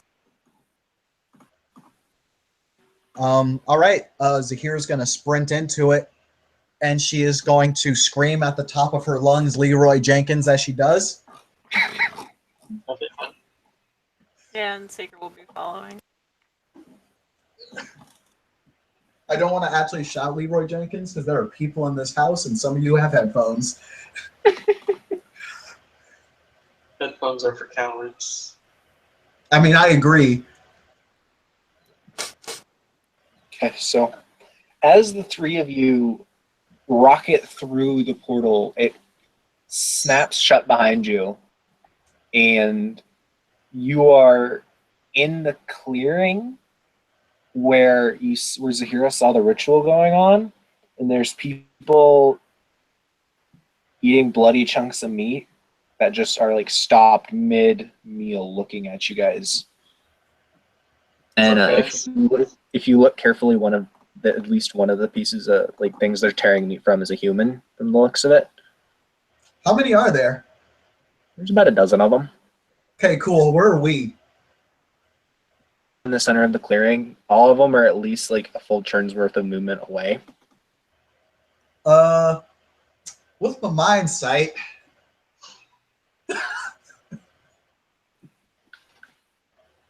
Okay. Never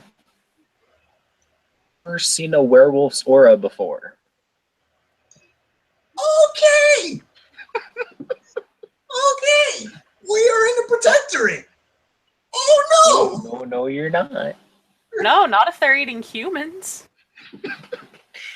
Welcome to Anshiga territory. no. Oh man. Yeah, Zahira's gonna see. She's gonna see. You know what? She's gonna see the human. Look back at these dudes. See the human. Look back at these dudes. She's gonna look to Seeker and look to Unicorn. She's gonna say, "Fuck this shit. Let's go." Yep. By the way, that Falcon Wait. Spirit followed you guys out and is materialized, and it's freaking the fuck out. Are these the same people who were chanting and pulling in all the ghosts? Or are these different people? They match the descriptions that Zahira gave. Well, didn't we see the people too? Because we were. Or no. You guys are in the real world now. I think. Wait. Oh, sorry. Oh, you go, Tim. I was just saying, like, I don't think there's any like live people here other than the ones that are eating people. I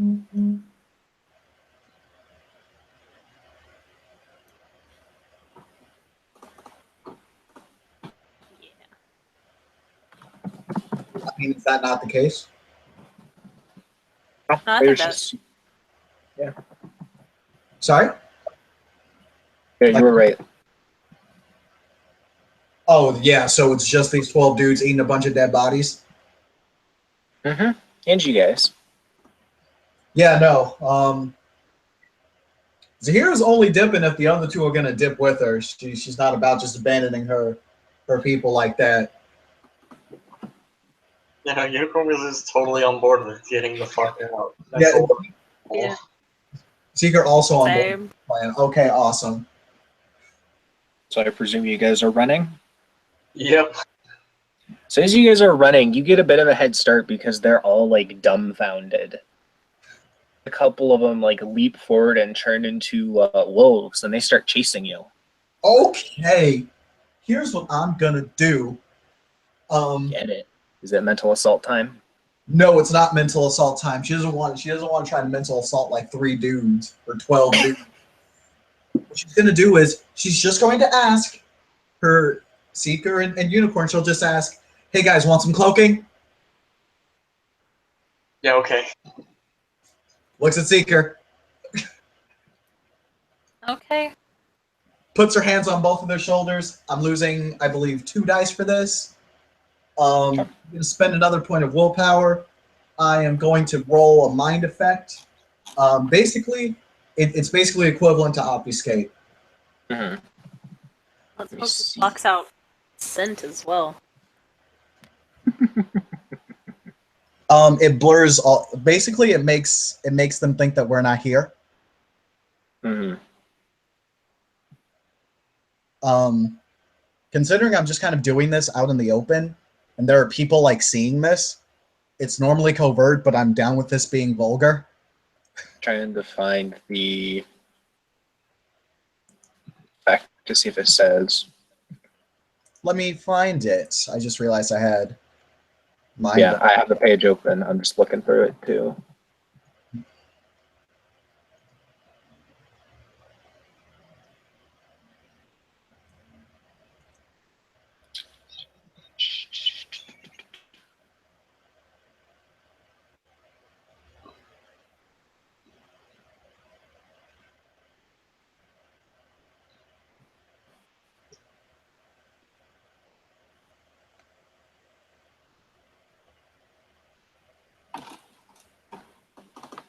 Now, I'll say, because you guys are going from just, in their view, being like running where they can see to vanishing, I'm going to say it's the be vulgar. Because of the circumstances.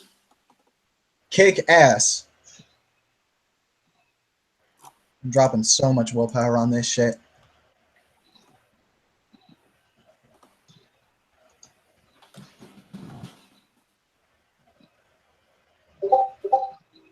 Two successes. It's what I needed, and I'm going to roll my 1 point of paradox.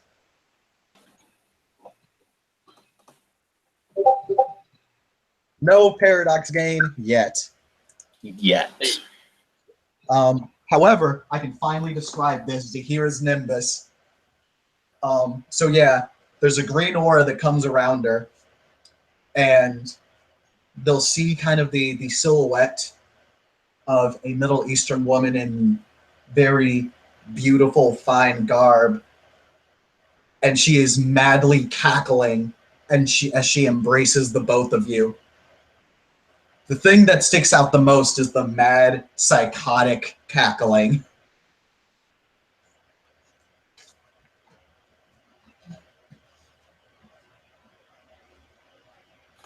Okay, so you see the wolves thunder past you guys. Luckily, none of them run into you. And they seem to be kind of confused because they lost you. And you see the older dude walking around. The falcon is taken off, and he tells them to track the falcon as he, stands. He's probably about 5 feet in front of you guys. He's sniffing the air, looking around.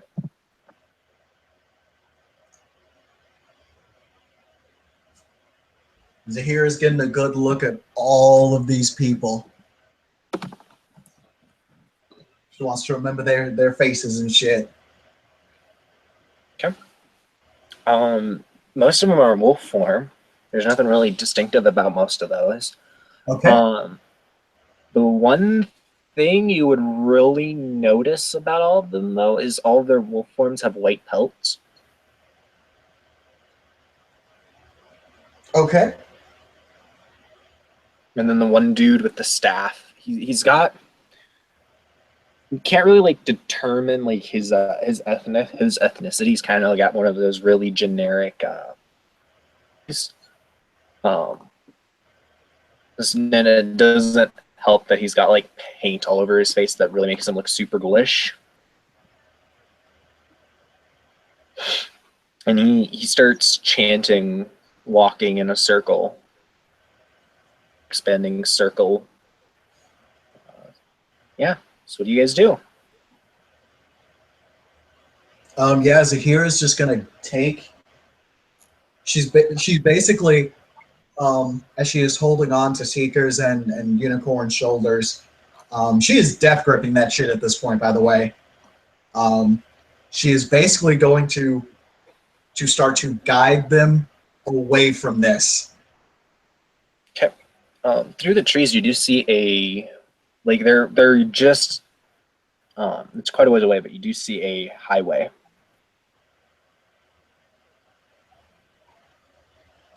Making her way towards salvation. Making her way downtown, walking fast. Yeah, I'm in case she's walking fast at this point. What were you saying, Tiger? So, seeing werewolves walking faster.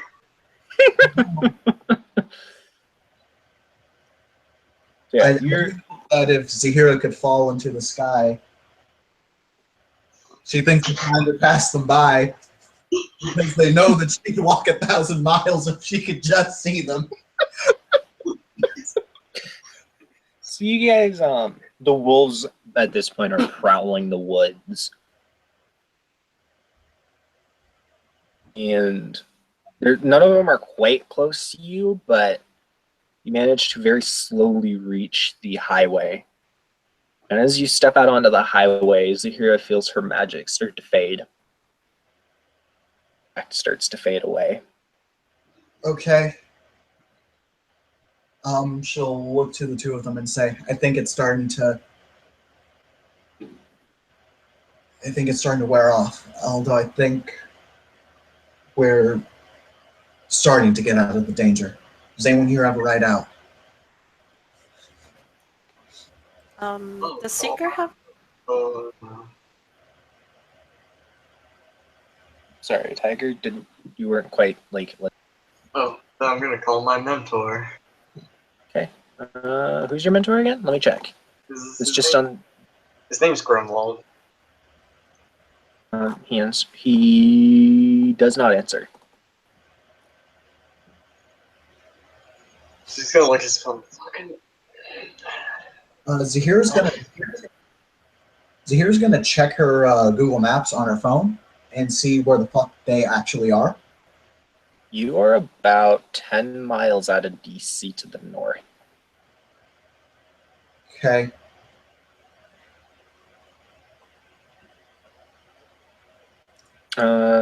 Garrett will text back, yo, what's up?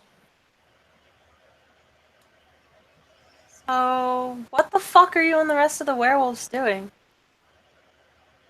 You get an excuse me? She'll send back. We were just chased by some fucking werewolves. What the hell are you guys doing?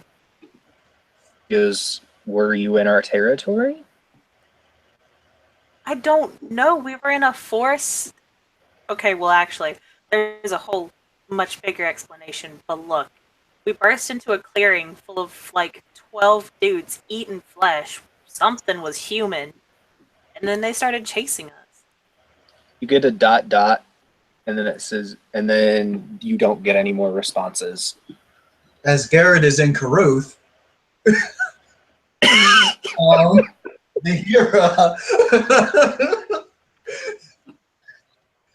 Zahira's gonna look over and she'll say, all right, we're only 10 miles out. If we hitch a ride, we'll be able to get somewhere. Or we can call an Uber. We can call an Uber. Hey, you see lights coming up the road, like down at the bend. She's gonna text her mentor and just be like, "Is that you?" There is no response from the 8th either. When she doesn't get a response, she will type "Thank you." Come back into her pocket. Lights get a bit closer. You see it's 6 motorcycles coming up the road. The chick in the lead on the lead motorcycle looks a hell of a lot like Scarlett Johansson. Hey! All right. They pull to a stop, and the woman looks at you guys. A little late out to be hitchhiking, don't you think? It's not too late. It's never too late. You know, just a night out of town.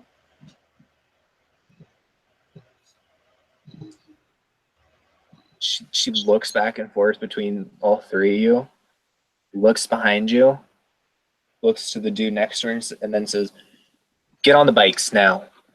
We'll take you home. We'll Okay. take you back to safety." Woo! Zahira does that, not even trying to argue with that. Are you? I'm gonna hop on the Are you bike really? while looking behind me.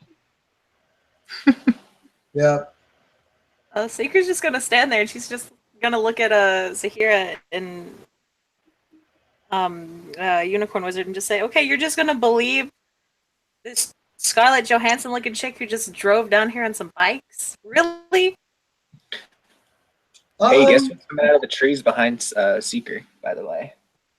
Is it the fucking werewolves? Yeah, there's about 3 of them that have spotted you guys at this point. Yo, 3 fucking wolves coming at you. Get on the bike or lose your legs. Or more. Go! I mean, shit, if we get on the bike, that might happen anyway, she's saying as she's getting on the bike. Sorry for the briefness. We'll explain soon, but want to get out of here before you guys die. No, it's fine. I do not mind you telling me what to do. As the biker gang churns and speed, like they turn their bikes and speed off, and there's about a dozen wolves chasing them in the forest. And yes, some of the riders do take out pistols and trade pot shots. It's gonna be super vulgar, but can I try to, like, on the concrete, can I try to erode it and create, like, a massive, sinkhole between us and them? In the road?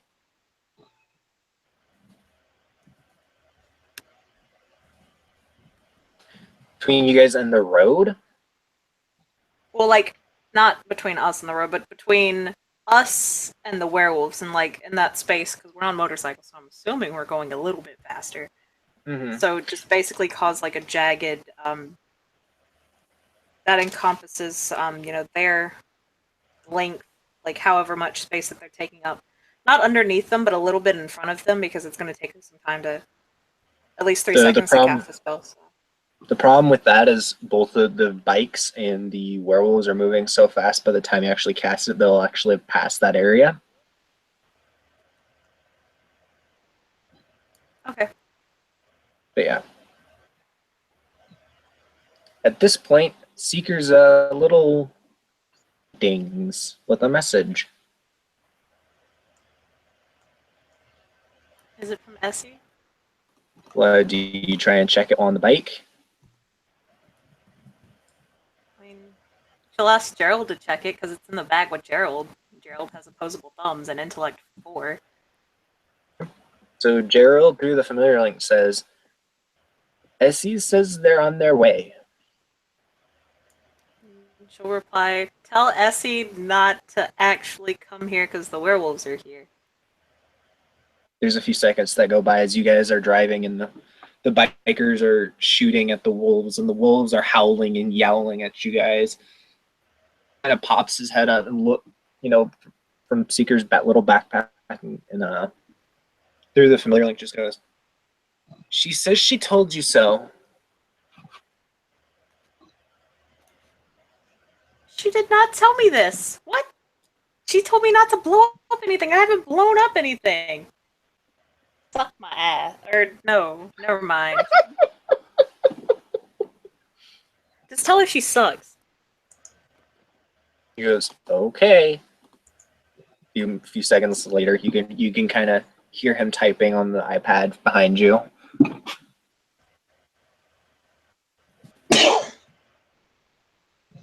As yeah, do a unicorn wizard or does the hero want to do anything? They can talk to their writers, the people they're writing with. By the way, they can hear them. I would just be like, hey, what's up? How are you? Thanks for the rash. The person that unicorn wizard is writing with, she's like a tall blonde like sorry, had a brain fart. She's a tall blonde like Scandinavian looking woman. Just chuckles, says, "No problem. We're on our way to investigate the disappearances, anyways." Disappearances. Oh, you know, the ghosts have been disappearing all week. It's rather worrying. Gotcha. Yeah, yeah. I mean, we were helping a lot of them out, but then, you know, we just started going on, so it was kind of worrying. Makes sense. Oh, by the way, there's a black van following you guys now. Yeah. The wolves are still chasing us? Yes, the wolves are chasing. There's a black van now following you guys. Like, well, not van, SUV, I should say. Does it ping on mine sight? Yes, there are humans in there. Normal humans? Nope. Do they match the werewolves? No. And they don't match mages or changelings. They match mages. Okay, cool. Then yeah, okay, yeah. I'm gonna do a really bullshitty thing, Joey. This is gonna be a weird ass spell. Okay. This is gonna be improvised as fuck. She is going to use Mind 3 and Space 2, and make this an area and affect the 3 wolves. She is going to induce some crippling amounts of vertigo on them. Okay. For conjunctional effects, you use your lower arcana, right? Believe so. Yeah. I'll spend another point of willpower. Let's get it. Okay, how many have you spent in scene 4? You got 1 back earlier? I've spent 2. Because I spent the 1 for the athletics check, 1 for the spell. I did get 1 back, so this is going to be the 3rd willpower I've spent. Okay. Well, it would be the 4th, but I still have 3 left. Okay. I have been keeping track of that. Okay, I want to make sure.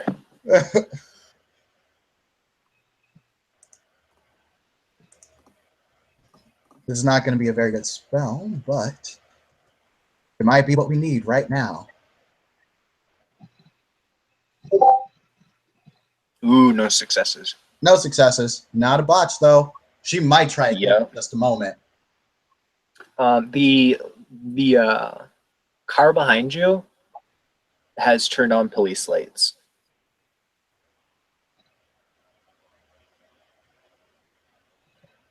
Okay. Are the wolves disengaged? Bikers not. The bikers are trying to speed up. All right. Yeah, she's going to try and cast it again. Yep. 2 power left. Let's get it. There, 2 successes. Okay, so 3 of the wolves and roll over, run into each other. And the vehicle behind you, you feel, hey, unicorns, you have Prime Sight up, right? Yeah. Hey, you feel, you know, magical power start coalescing in that vehicle behind you. Oh boy. Yep. Zahira will just shout, "Hope they're on our side." Same. Yeah, have we lost the wolves at this point? No. There are more wolves actually coming through the woods. Okay. Yeah, at this point, fuck it. It is psychic assault time. as you guys are all as this is all going down, like you just see the woman, like the lead biker woman, shout something, and one of the bikers doesn't have a ride. He's like a short, like a Italian looking dude. His eyes glow, like his eyes start glowing. You see like a hole in his arm, and his chest start glowing. His hand back, and like the earth underneath one of the tires like crumples as the vehicle behind you guys flips.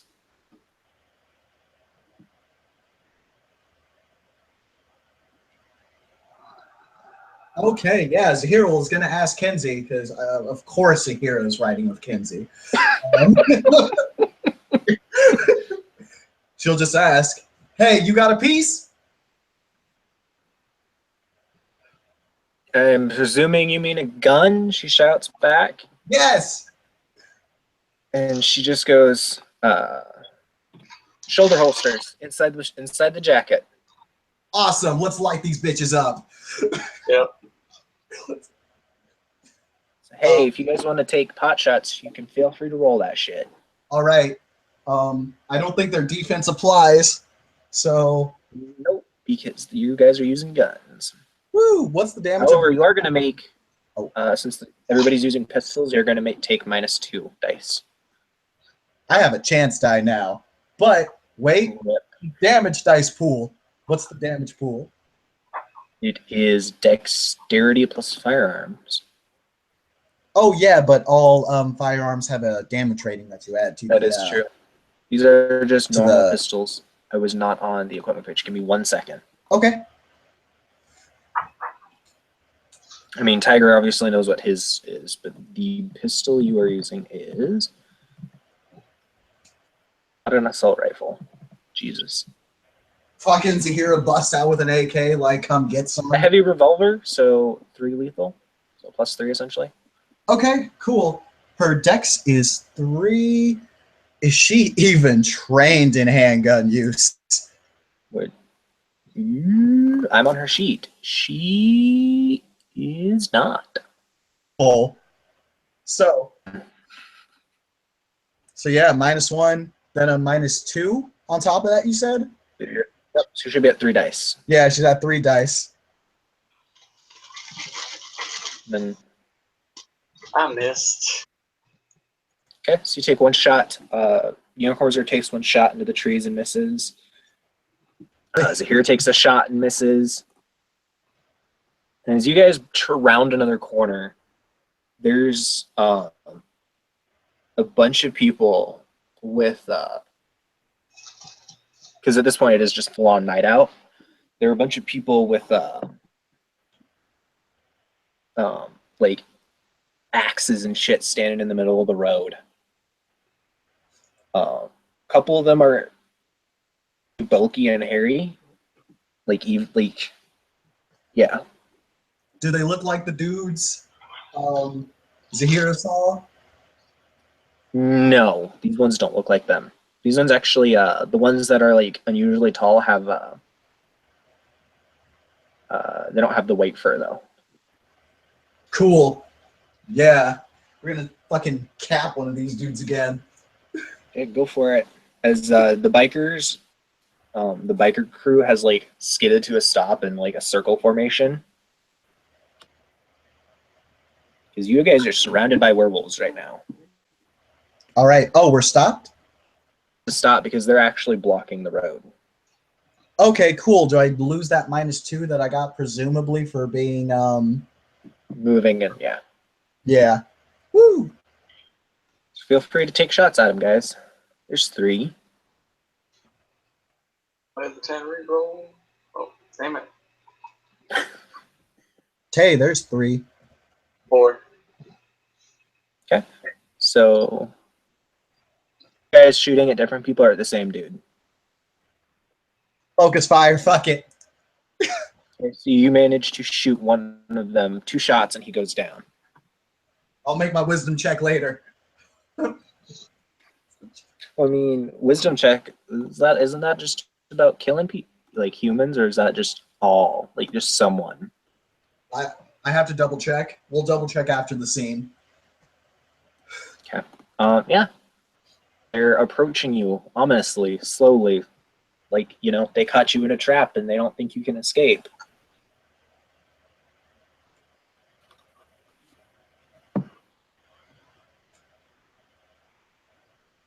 And the one old dude with the staff is like shouldered his way through some of them and is like approaching you guys as well if you want to try and talk to him.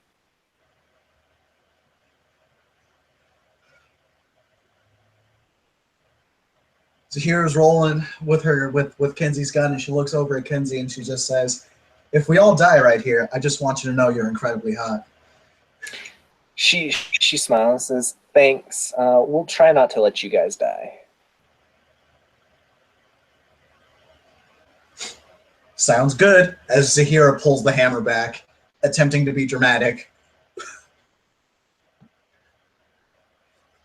Yeah. Does Seeker or Unicorn Wizard want to say anything? Sorry, my mom just walked in. I completely missed everything after I shot that last dog. So you guys been stopped. The old dude with the staff is shouldering his way through the slowly approaching ring of werewolves. Zahira told Kenzie that if they die, she thinks she's really hot. Kenzie told him they'll try and keep you guys from dying, and gun. Yes. Yeah. If Seeker or Unicorn Wizard wants to say anything, now's the time. Seeker will look over at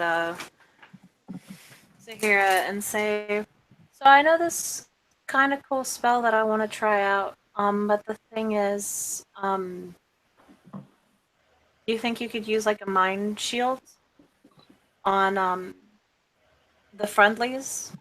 Because this affects everyone in an area." Zahira's gonna say, "I'm not sure I have the juice for that." However, she will. She'll just say, "I can try my best." Okay, if you can, and I can just tell everyone to cover their ears, but it would make it a lot harder for them to obviously fight. So I just Yeah. won't do it then. Never mind. Hey, Seeker's phone goes off. Like she got a text message. She'll look at it. It's from the 8th. It says duck. She's gonna duck. You know Did what? she tell anyone else? You know what? Okay, no, okay, because this is like a high mentality thing. If you see a motherfucker just running, chances are you may start running too, even though you don't know what you're running for. Yeah. I'm cool So you with guys Zahira just kind of ducking. Okay, so everybody ducks as a tree goes flying over you guys and hits like a line of the werewolves. Like an uprooted tree just got like flung at him. And Well, yeah. as she's laying there on the ground, she'll just text and say, smiley face. Hey, you can hear a roar. Because there's about a dozen werewolves and a giant fucking angry looking bear, plus a bunch of people with shotguns running up the sides of the highway. And there's a van parked a little farther back. All right. Yeah, Zahira's gonna be like, I guess the troops got rallied, and she's throwing fire down range. Okay, so let's roll initiative because I'm gonna have a couple of guys for you guys to fight. Okay. Hey. Because this is the climax of the scene.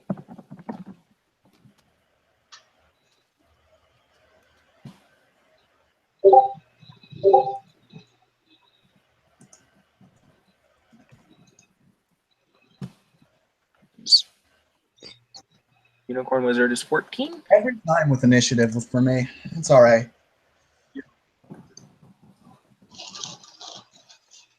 Okay. Damn! Don't forget to add your niche mods in. I did. Okay, what do you got, Tim? 7. 7? Okay, you go after them.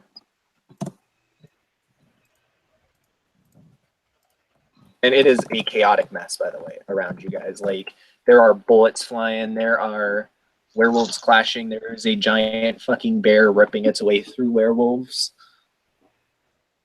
The bikers. You see one of the bikers do like a Transformer-esque thing. He merges with his bike and starts smashing heads.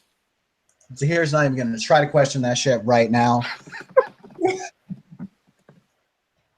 Initiative order is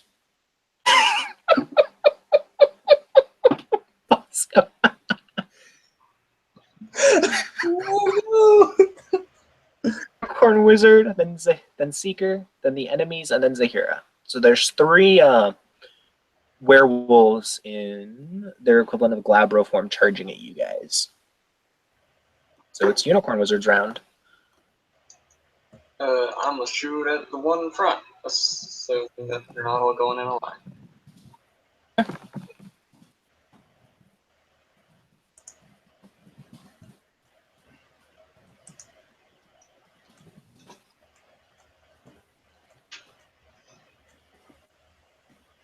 Ooh, I see a couple 10s in there.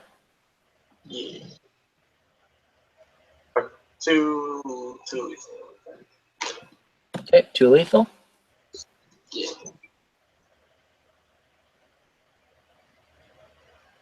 Oh, okay.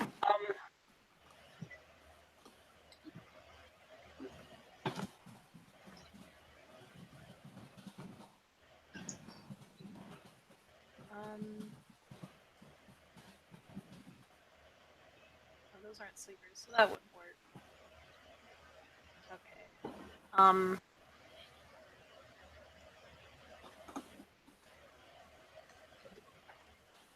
She'll try. I'll use summon shadows to create a weak.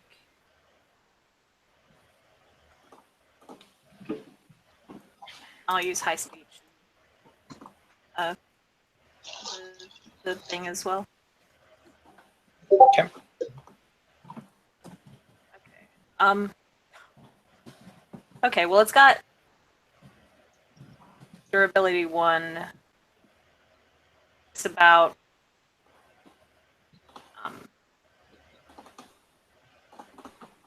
it's about a yard wide, 3 feet up, 3 feet square. So it's just this big black shadowy block, and she'll just point and say, "Weak barrier. If anyone wants to hide behind it." And I gotta roll paradox. That's hella roll. Okay, it rolls that paradox. What's, Oh no! Ooh, Oh no! You got me. Oh no! Oh it's got a no! paradox boys, I can- backlash. This could get bad, Okay, guys. Also, let me, because it's a vulgar spell and I keep forgetting to describe her nimbus. Basically, on the trees, within this radius, the ground, it looks decayed and rotten, and there's this overwhelming sadness. And in the distance, you just hear frantic whispering mixed in with crying. Okay. God damn, why don't they have fucking paradox? Rules easy to find. I don't think the 10 again rule applies with paradox, But though. that's what I'm looking to check. I But really hope it doesn't. of course, the book is like having a section titled Paradox. Why would we do that? Right, YOLO. Like, legitimately, it's like not even.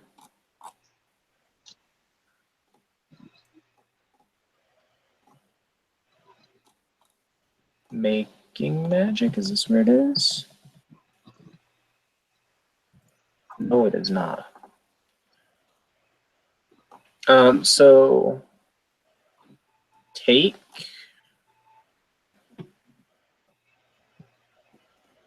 Ashing only happens if you decide to channel it. Okay. So the was, yeah, you have one stored paradox then. What's Here trying to find the fucking paradox rules, so. here you go. I have a little website.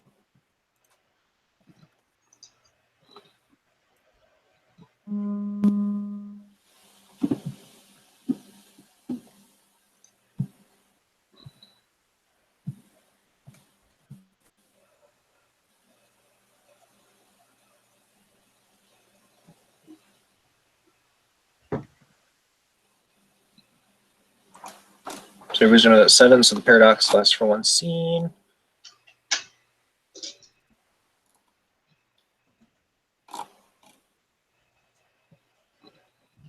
It's just a havoc.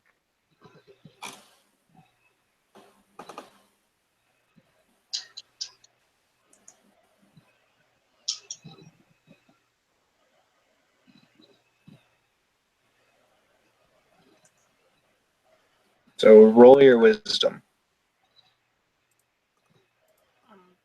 Okay. As the shadow is attempting to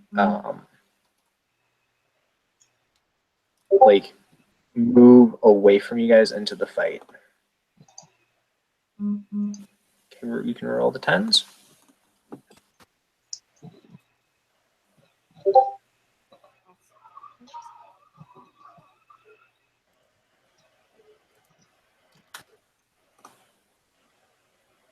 Yeah, you had a separation, a space between the R and the slash.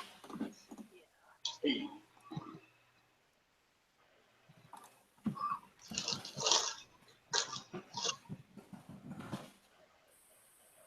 Just 2 successes. Okay, so the spell is unaltered, so it's not under your control, but it will not do anything more than just be a weak shadow. Yeah, so it's still just a durability 1 barrier. Yep, you just don't have active control over it anymore. Okay, now that we got the paradox out of the way. Woo! The enemy's turn. So the first one is going to take a swing at Zahira. What is Zahira's defense? 3. Okay.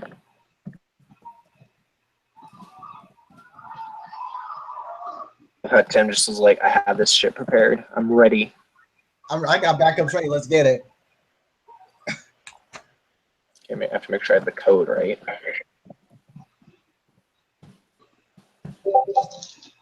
Okay, take 1 lethal. Fuck his shit. I'm Axe. just gonna lethal. Huh? I said fuck his shit. Like I'm still Right. saying lethal. I'm just saying fuck that dude. Yeah. So after that hit, then because basically what happens is he swings an axe at her, he misses, but he just catches the side of her leg with it. There's not often to like break the leg or anything, but she's got a definite cut down her leg. Yay. The next one. What is Seeker's defense?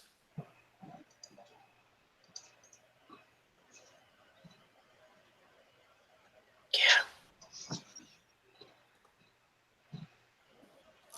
I'm on her sheet, so I'll look.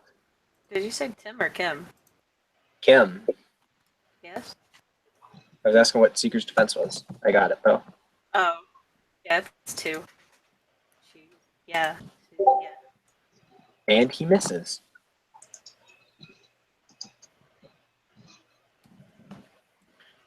And the last one is charging a Unicorn Wizard, so he makes a full move, and he's going to make an attack. What is Unicorn Wizard's defense? His defense is 3, and he also has 3 armor. He's on a chance die. Hey. Watch him Because roll. Combat Wizard is Combat Wizard. I mean, Oh, he misses. These 3 are all armed with axes, by the way.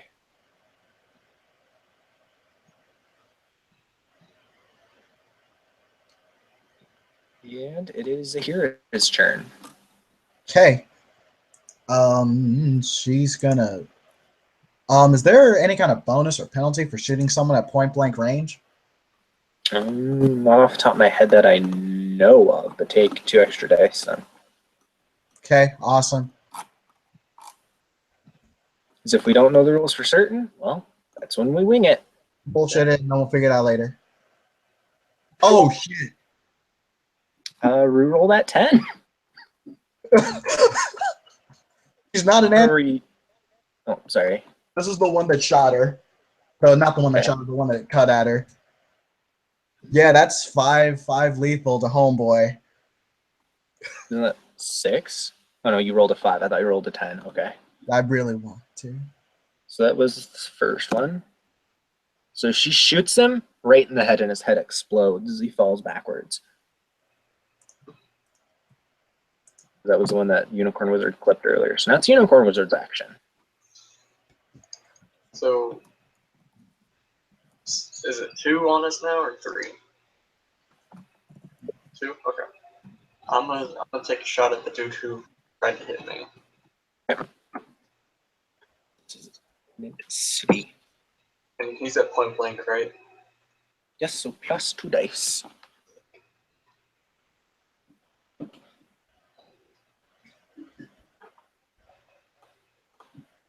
See, 210.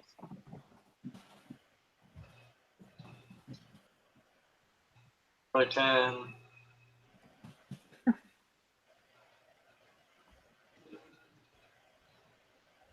So 5. Okay, so you clip this this dude in the shoulder and he goes spinning backwards. And it is Seeker's action.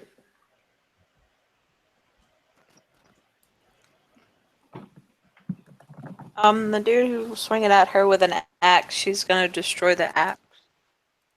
Get it. By the way, you guys see like towards the back, you see Essie with a shotgun. Like she's dual wielding shotguns heading towards you guys. I mean, shit, with the way this combat's going, it looks like we got this shit. And now we're all dead. Gonna use high speech and the thingy, the magical tool again. Mm-hmm. 3 successes. Let's see what an axe's durability is. I hope it's think it has- 3. Say if they have it, it'd be a fire axe.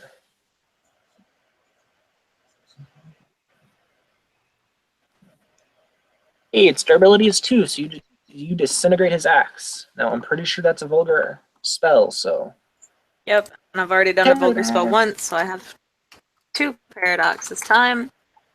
This adds fully happening because she just destroyed that object out of nowhere. She's gonna slightly, look over at Zahira as she gets no fucking paradox. getting lucky. Yeah, no, Zahir. You know what? Zahir's gonna look over and just give side eye and just be like, "It's obvious you're using a magic trick." Like I fucking So- did it. It's destroyed. So the one on Seeker is gonna attempt to punch her,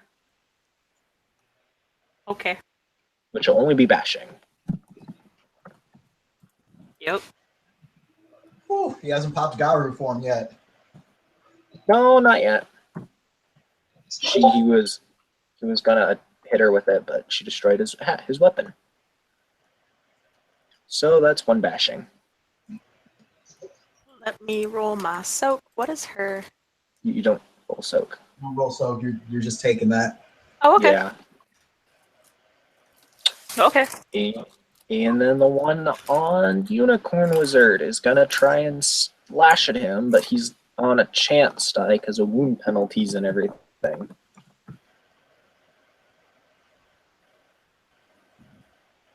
Like watch him like roll 7 10s in a row. That would be mildly annoying.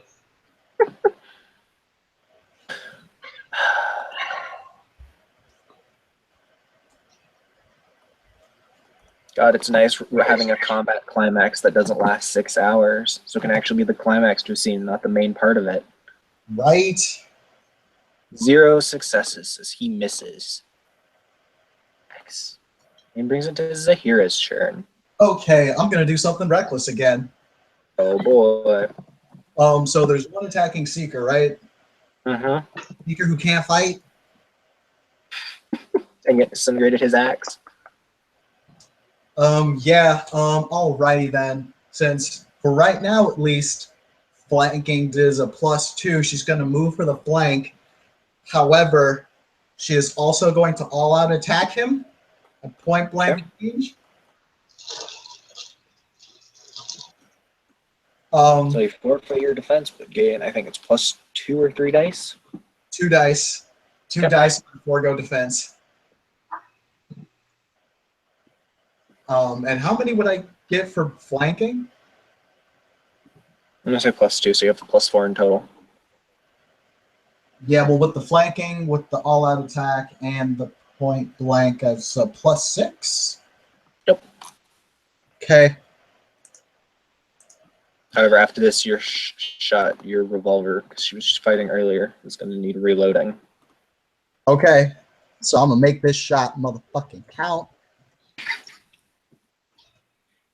Yeah, like the battle going on around you guys, like there are werewolves tearing each other apart, and Mage Mom are both like heading towards you guys. The bikers, like you see one biker by a werewolf in Garu form, like in full Wolfman form, and just doesn't react. Like mist kind of comes out of the slash wound, and the dude just grabs the werewolf and wrestles him backwards.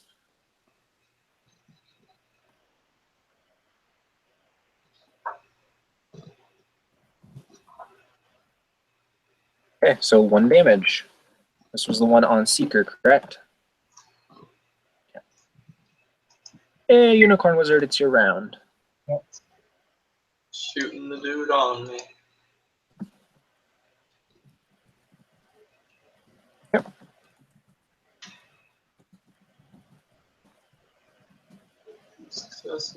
I know why this is going so easy. I forgot to include their defenses, but I'm going to just say they're all out attacking. So Oh well, with it's not a big firearms. deal. With firearms, right. are typically mellow. Sorry, it's been a long day. Really fun. So he is dead as you take him out with a shot to the face. And Seeker, you have the last one on you. Okay. So there's no more with axes going after Unicorn Wizard or Zahir, correct? Nope. Shit, what can she do? She could pick up the axe and try and hit them. Um,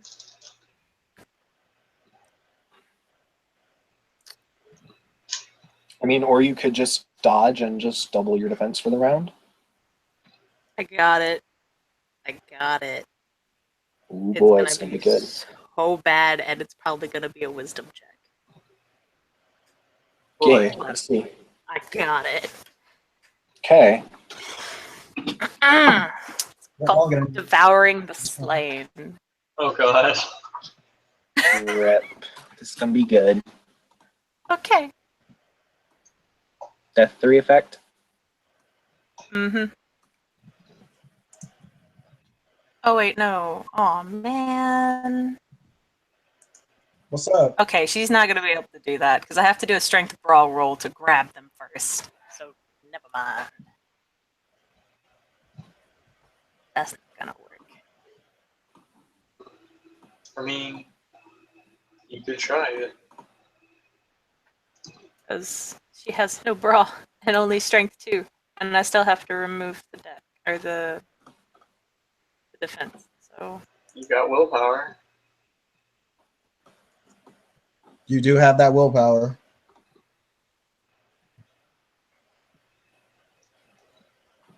yeah, that's true.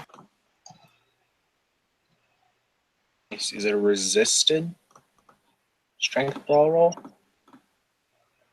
I just lost it. Let me find. Yeah, I'm looking for it too. But mage Yeah. must grab hold of the target with the strength roll while subtracting the target's defense. Yeah, if successful, he can cast the spell as an instant action in the following turn. Well, combat's probably going to end the next turn, so.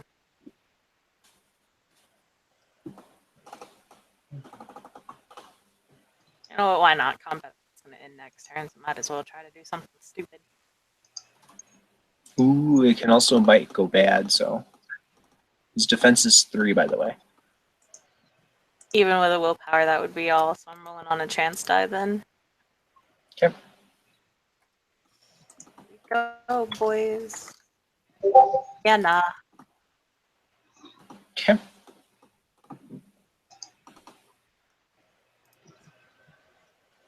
All right. So that drops it to the enemy's turn.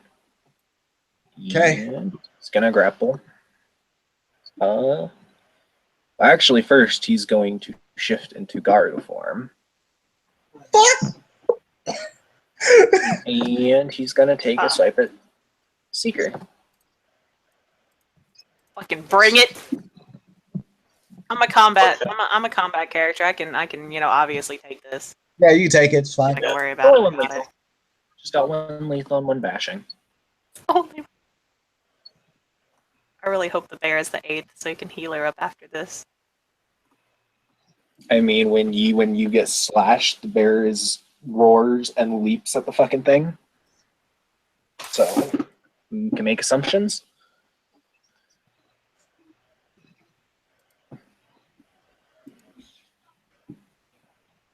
You see the Viking dude is walking. He's like not even participating in the battle. He's just walking around dissolving corpses. Right. So yeah, it is now Unicorn Wizard's turn. This should be the last round. Oh, is it not Zahira? Oh, yes it is. I'm sorry. Yeah. Okay. Because she has taken 1, 2, 3, 4. She should have 2 shots left, unless the gun had less than 6 bullets already. It had less than 6 already because she was in battle earlier. Kenzie was fighting earlier.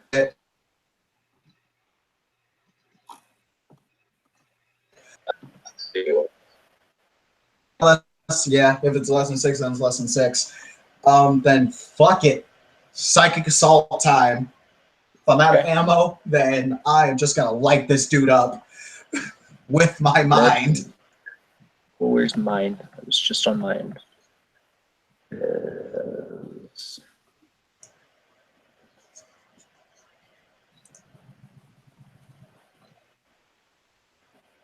And it's a covert effect too. So resolve plus intimidation plus mind and subtract 2 dice from it for his resolve. That is a rote, unless you're just going to say that this can be one of my rotes. Which I'm also She doesn't okay have a with. rotes yet, so yeah, just cast it. Just don't subtract any dice. Sorry, you were cutting out a lot on my end. What was your call on it? Just creative thaumaturgy cast it. Yeah, that's all I was going to do. That's how I've been doing it. Gotcha. Can you all out attack with a spell? I'd say no.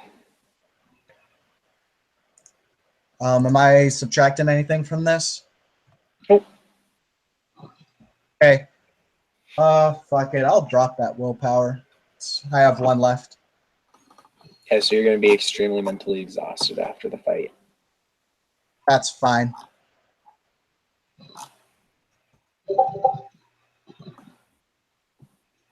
Okay. No, I can't remember. Does this go into a... Ooh, another 10. Another 10. Oh, so that is... 5 6 bashing. Okay, 5. So... Is that 1 lethal and 5 bashing? Yeah. Zahira is that shit. Yeah. As she just it's not going to be a touch for like mechanical purposes, but she will just very forcefully just lay her hand on this werewolf, and she's not even going to bother making a prayer. She will just say, "God smite this abomination." Okay. And now it's Unicorn. Brimstone. Gotcha. Now it's Unicorn Wizard's turn. Now that Zahira fucking annihilated the werewolf's mind. By the way, he is stunned because that was more than his stamina. So, I'm gonna shoot him. Do I add any dice because he's stunned? Add 2 dice because he really can't dodge. Should I? I'm gonna leave this to everybody. Should I roll a willpower? Increase my dice pool. Okay. Yeah, I think it will. And what does that leave your willpower at? I haven't any willpower tonight, so I'm up at. I'm at 6. Okay. At least I'm thinking I've rolled use willpower tonight. Mm-hmm. So this is about what, 9 dice or so? Nah, fam. So I'm shooting him. I got my specialty in pistols. Is he point blank or no? Yes. Yes. Okay. So he's point blank. He is stunned. So Dex 3 plus firearms 2 plus my spec 6 plus 2 is 8 for stun plus 2 is 10 point plus 3. I don't know plus. See, the good part about this being UWAD is having a ton of dice means you actually have a chance to do better, not a chance to get more ones. Yeah. There's a 5 sucks and another 10. So 6 damage, and you kill him.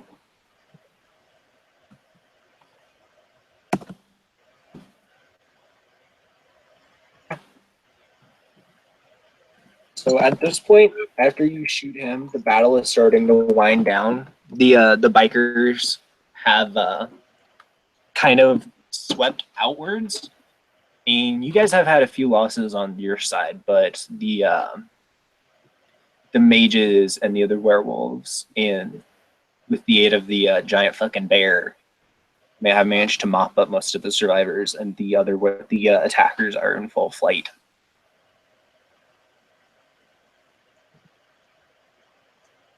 And you just see the old dude who is in like the beast man form, not Fulgaru, but I think Dalu it's called. Yeah, that's Glabro.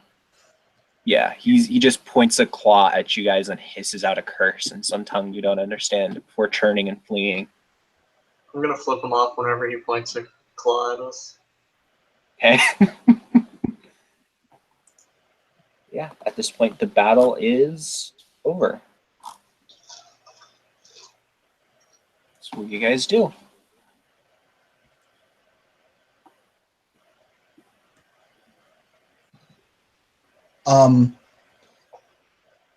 Now that the seriously stressful shit is over, Zahira killed like 2 people and assisted in the murder of another one. Yeah, she's gonna drop that gun. Mm-hmm. And yeah. Let me check wisdom. Let me check wisdom right quick. So you need everybody who killed someone to make a wisdom check. What do we roll for that? I will get your dice pool for it in just 1 second. Okay. Yeah, I'm looking forward to. It is 4 dice. 4 dice. Mm-hmm. I got 2 successes. Is that good? Yep. You feel bad about it. You feel bad about murdering the evil Be werewolves the that one were that eating loses people. wisdom.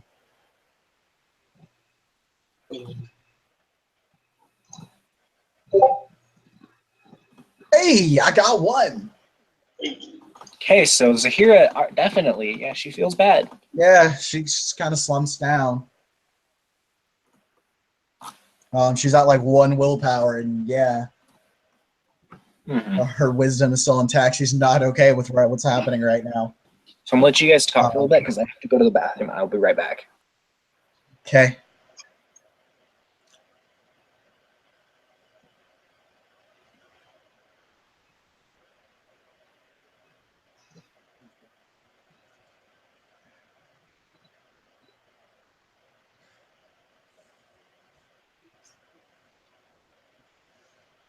Yeah, she's just kind of looking down at her own hands, which are probably covered in blood, considering she did shoot someone at point blank range. Um, and she'll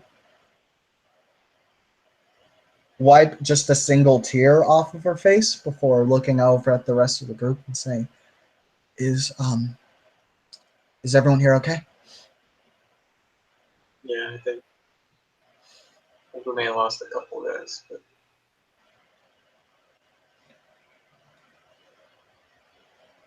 All right. Seeker, are you okay?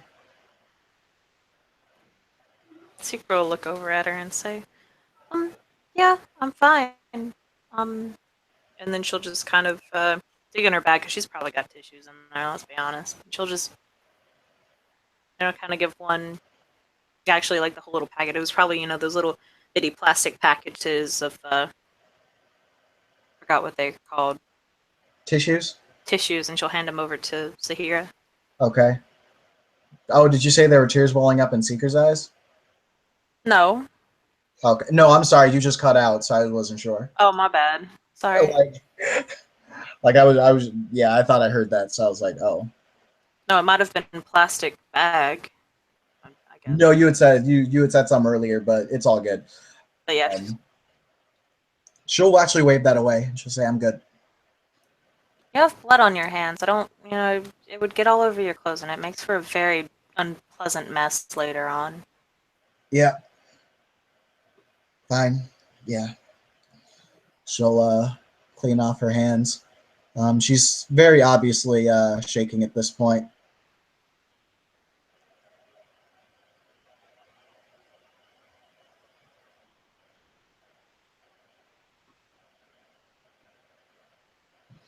What did I miss? All that's really happened is Zahira checked on everyone, made sure they were okay.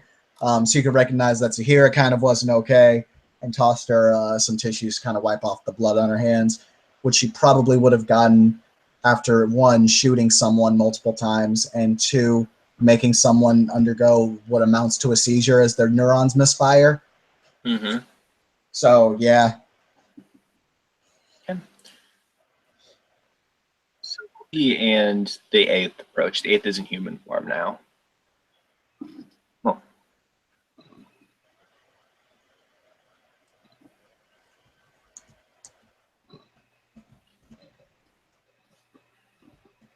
The 8th, he's let me get his picture.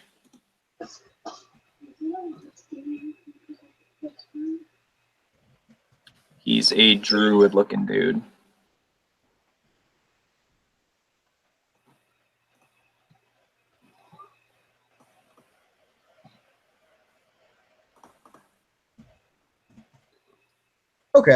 Okay. So he goes over and starts healing Seeker. And as he just kind of looks at the three of you and goes, "So what happened?" She has one shotgun slung over her shoulder, by the way, with the other one just hanging loosely at her side. So who said what happened? Essie was asking what happened. In that exact tone? Kind of like it's kind of a mix of a worried and annoyed tone. Okay, cool. Yeah. Noticing the annoyance, here's gonna wave out her hand and go, "Is that not fucking obvious?" She scowls, and I was more referring to how you got in this situation.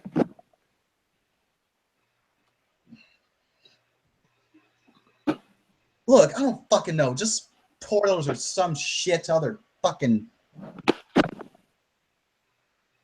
bullshit ass spirits, ghosts, whatever the fuck. This is more of the same damn thing. I don't fucking care. She kind of like looks at Zahira for a moment, then sighs and holsters her other shotgun and goes, "I get you're probably not used to this sort of thing. We need to know what happened. She looks Seeker. Seeker, can you tell us what happened? What led to this? Okay. Yeah, we were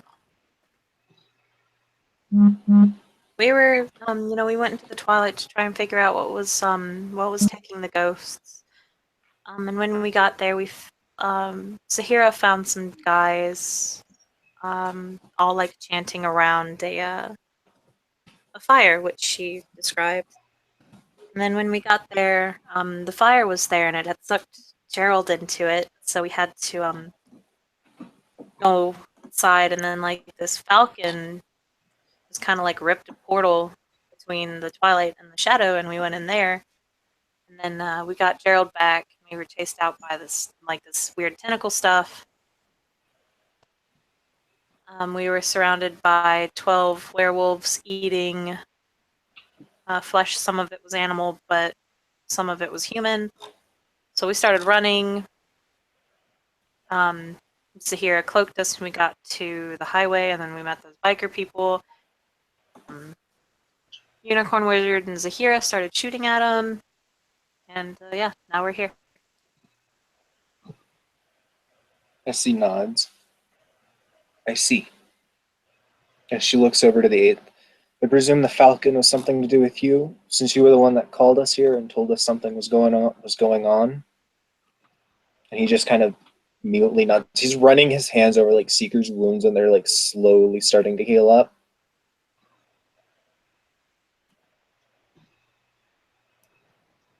And she's just watching. And Garrett and Kenzie both walk over. Garrett's in human form now.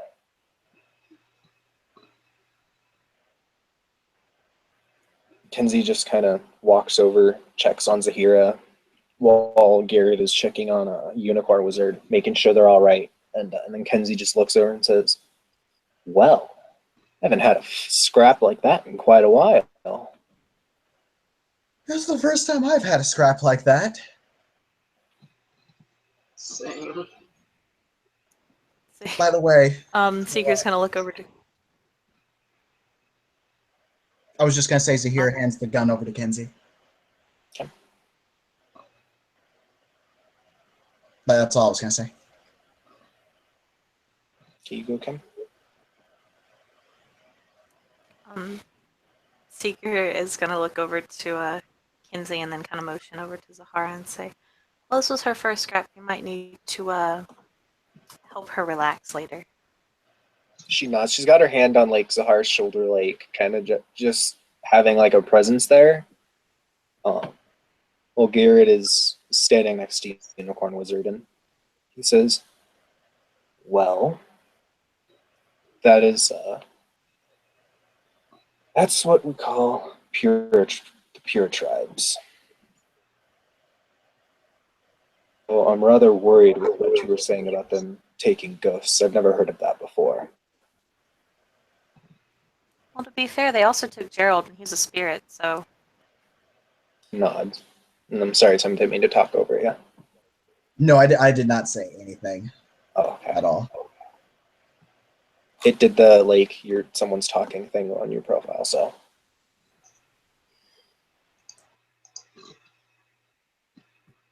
And so they not. Kenzie kind of nods as she looks back and forth between SC and the group and goes, "At least we kind of found out what was happening to the ghosts. Like, my people noticed when we couldn't find any more that being drawn somewhere, and that's why we were heading out here. Just kind of dumb luck, I guess, that we ran into you guys." I believe they're in the shadow now, because that's where Gerald went. You'd think, but we can't see them, and we can see them no matter what realm they're in. Shoulder shrug.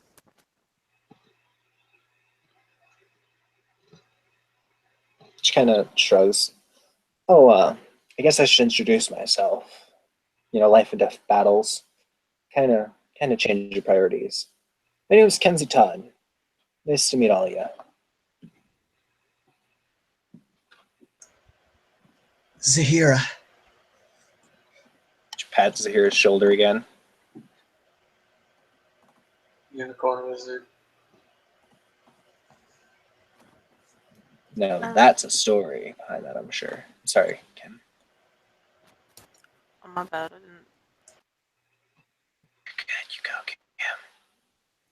Okay, she'll just kind of give a thumbs up and say I'm Seeker. She nods.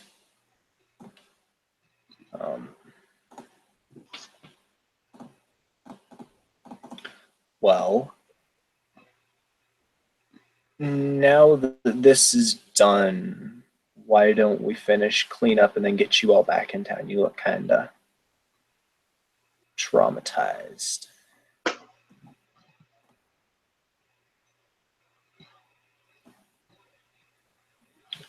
And also, what was up with all of the weird shit going around? I never ran into people like you guys.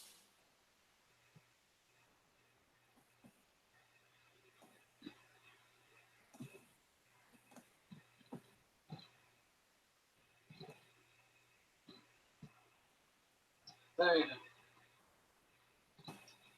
What'd you say, Tiger?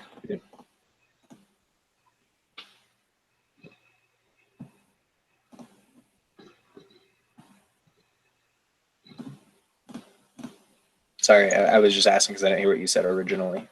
Oh, she just said, oh, you know, stuff.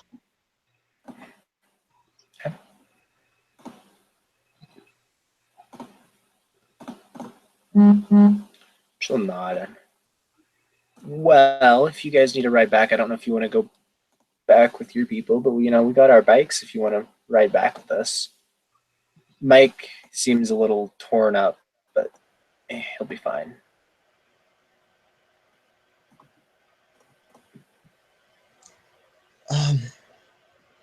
Yeah.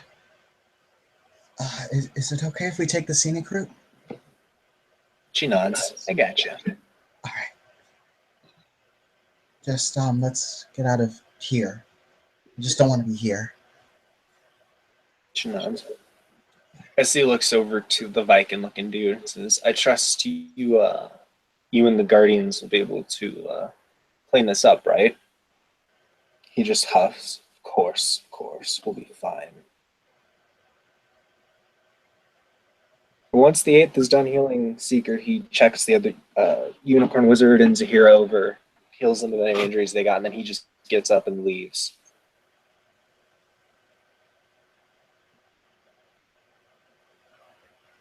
So yeah, you guys get taken back to your sanctums by whichever way you want to go. You want to go back with Essie, she'll take you guys back with the there are a couple of bodies you guys are taking with you, though, because a couple of the mages did die in the fight. The werewolves, although they really will kind of be sus with you if you do that. Or you can go back with the bikers.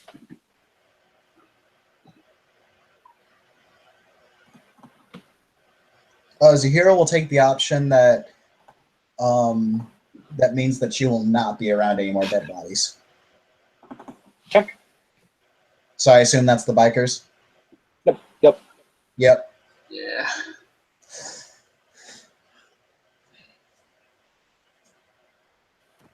Yeah, Seeker's just gonna go back with the mages.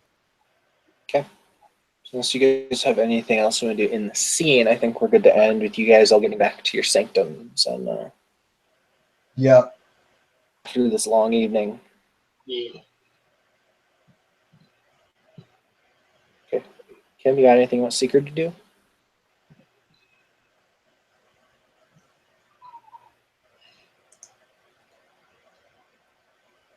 Kim.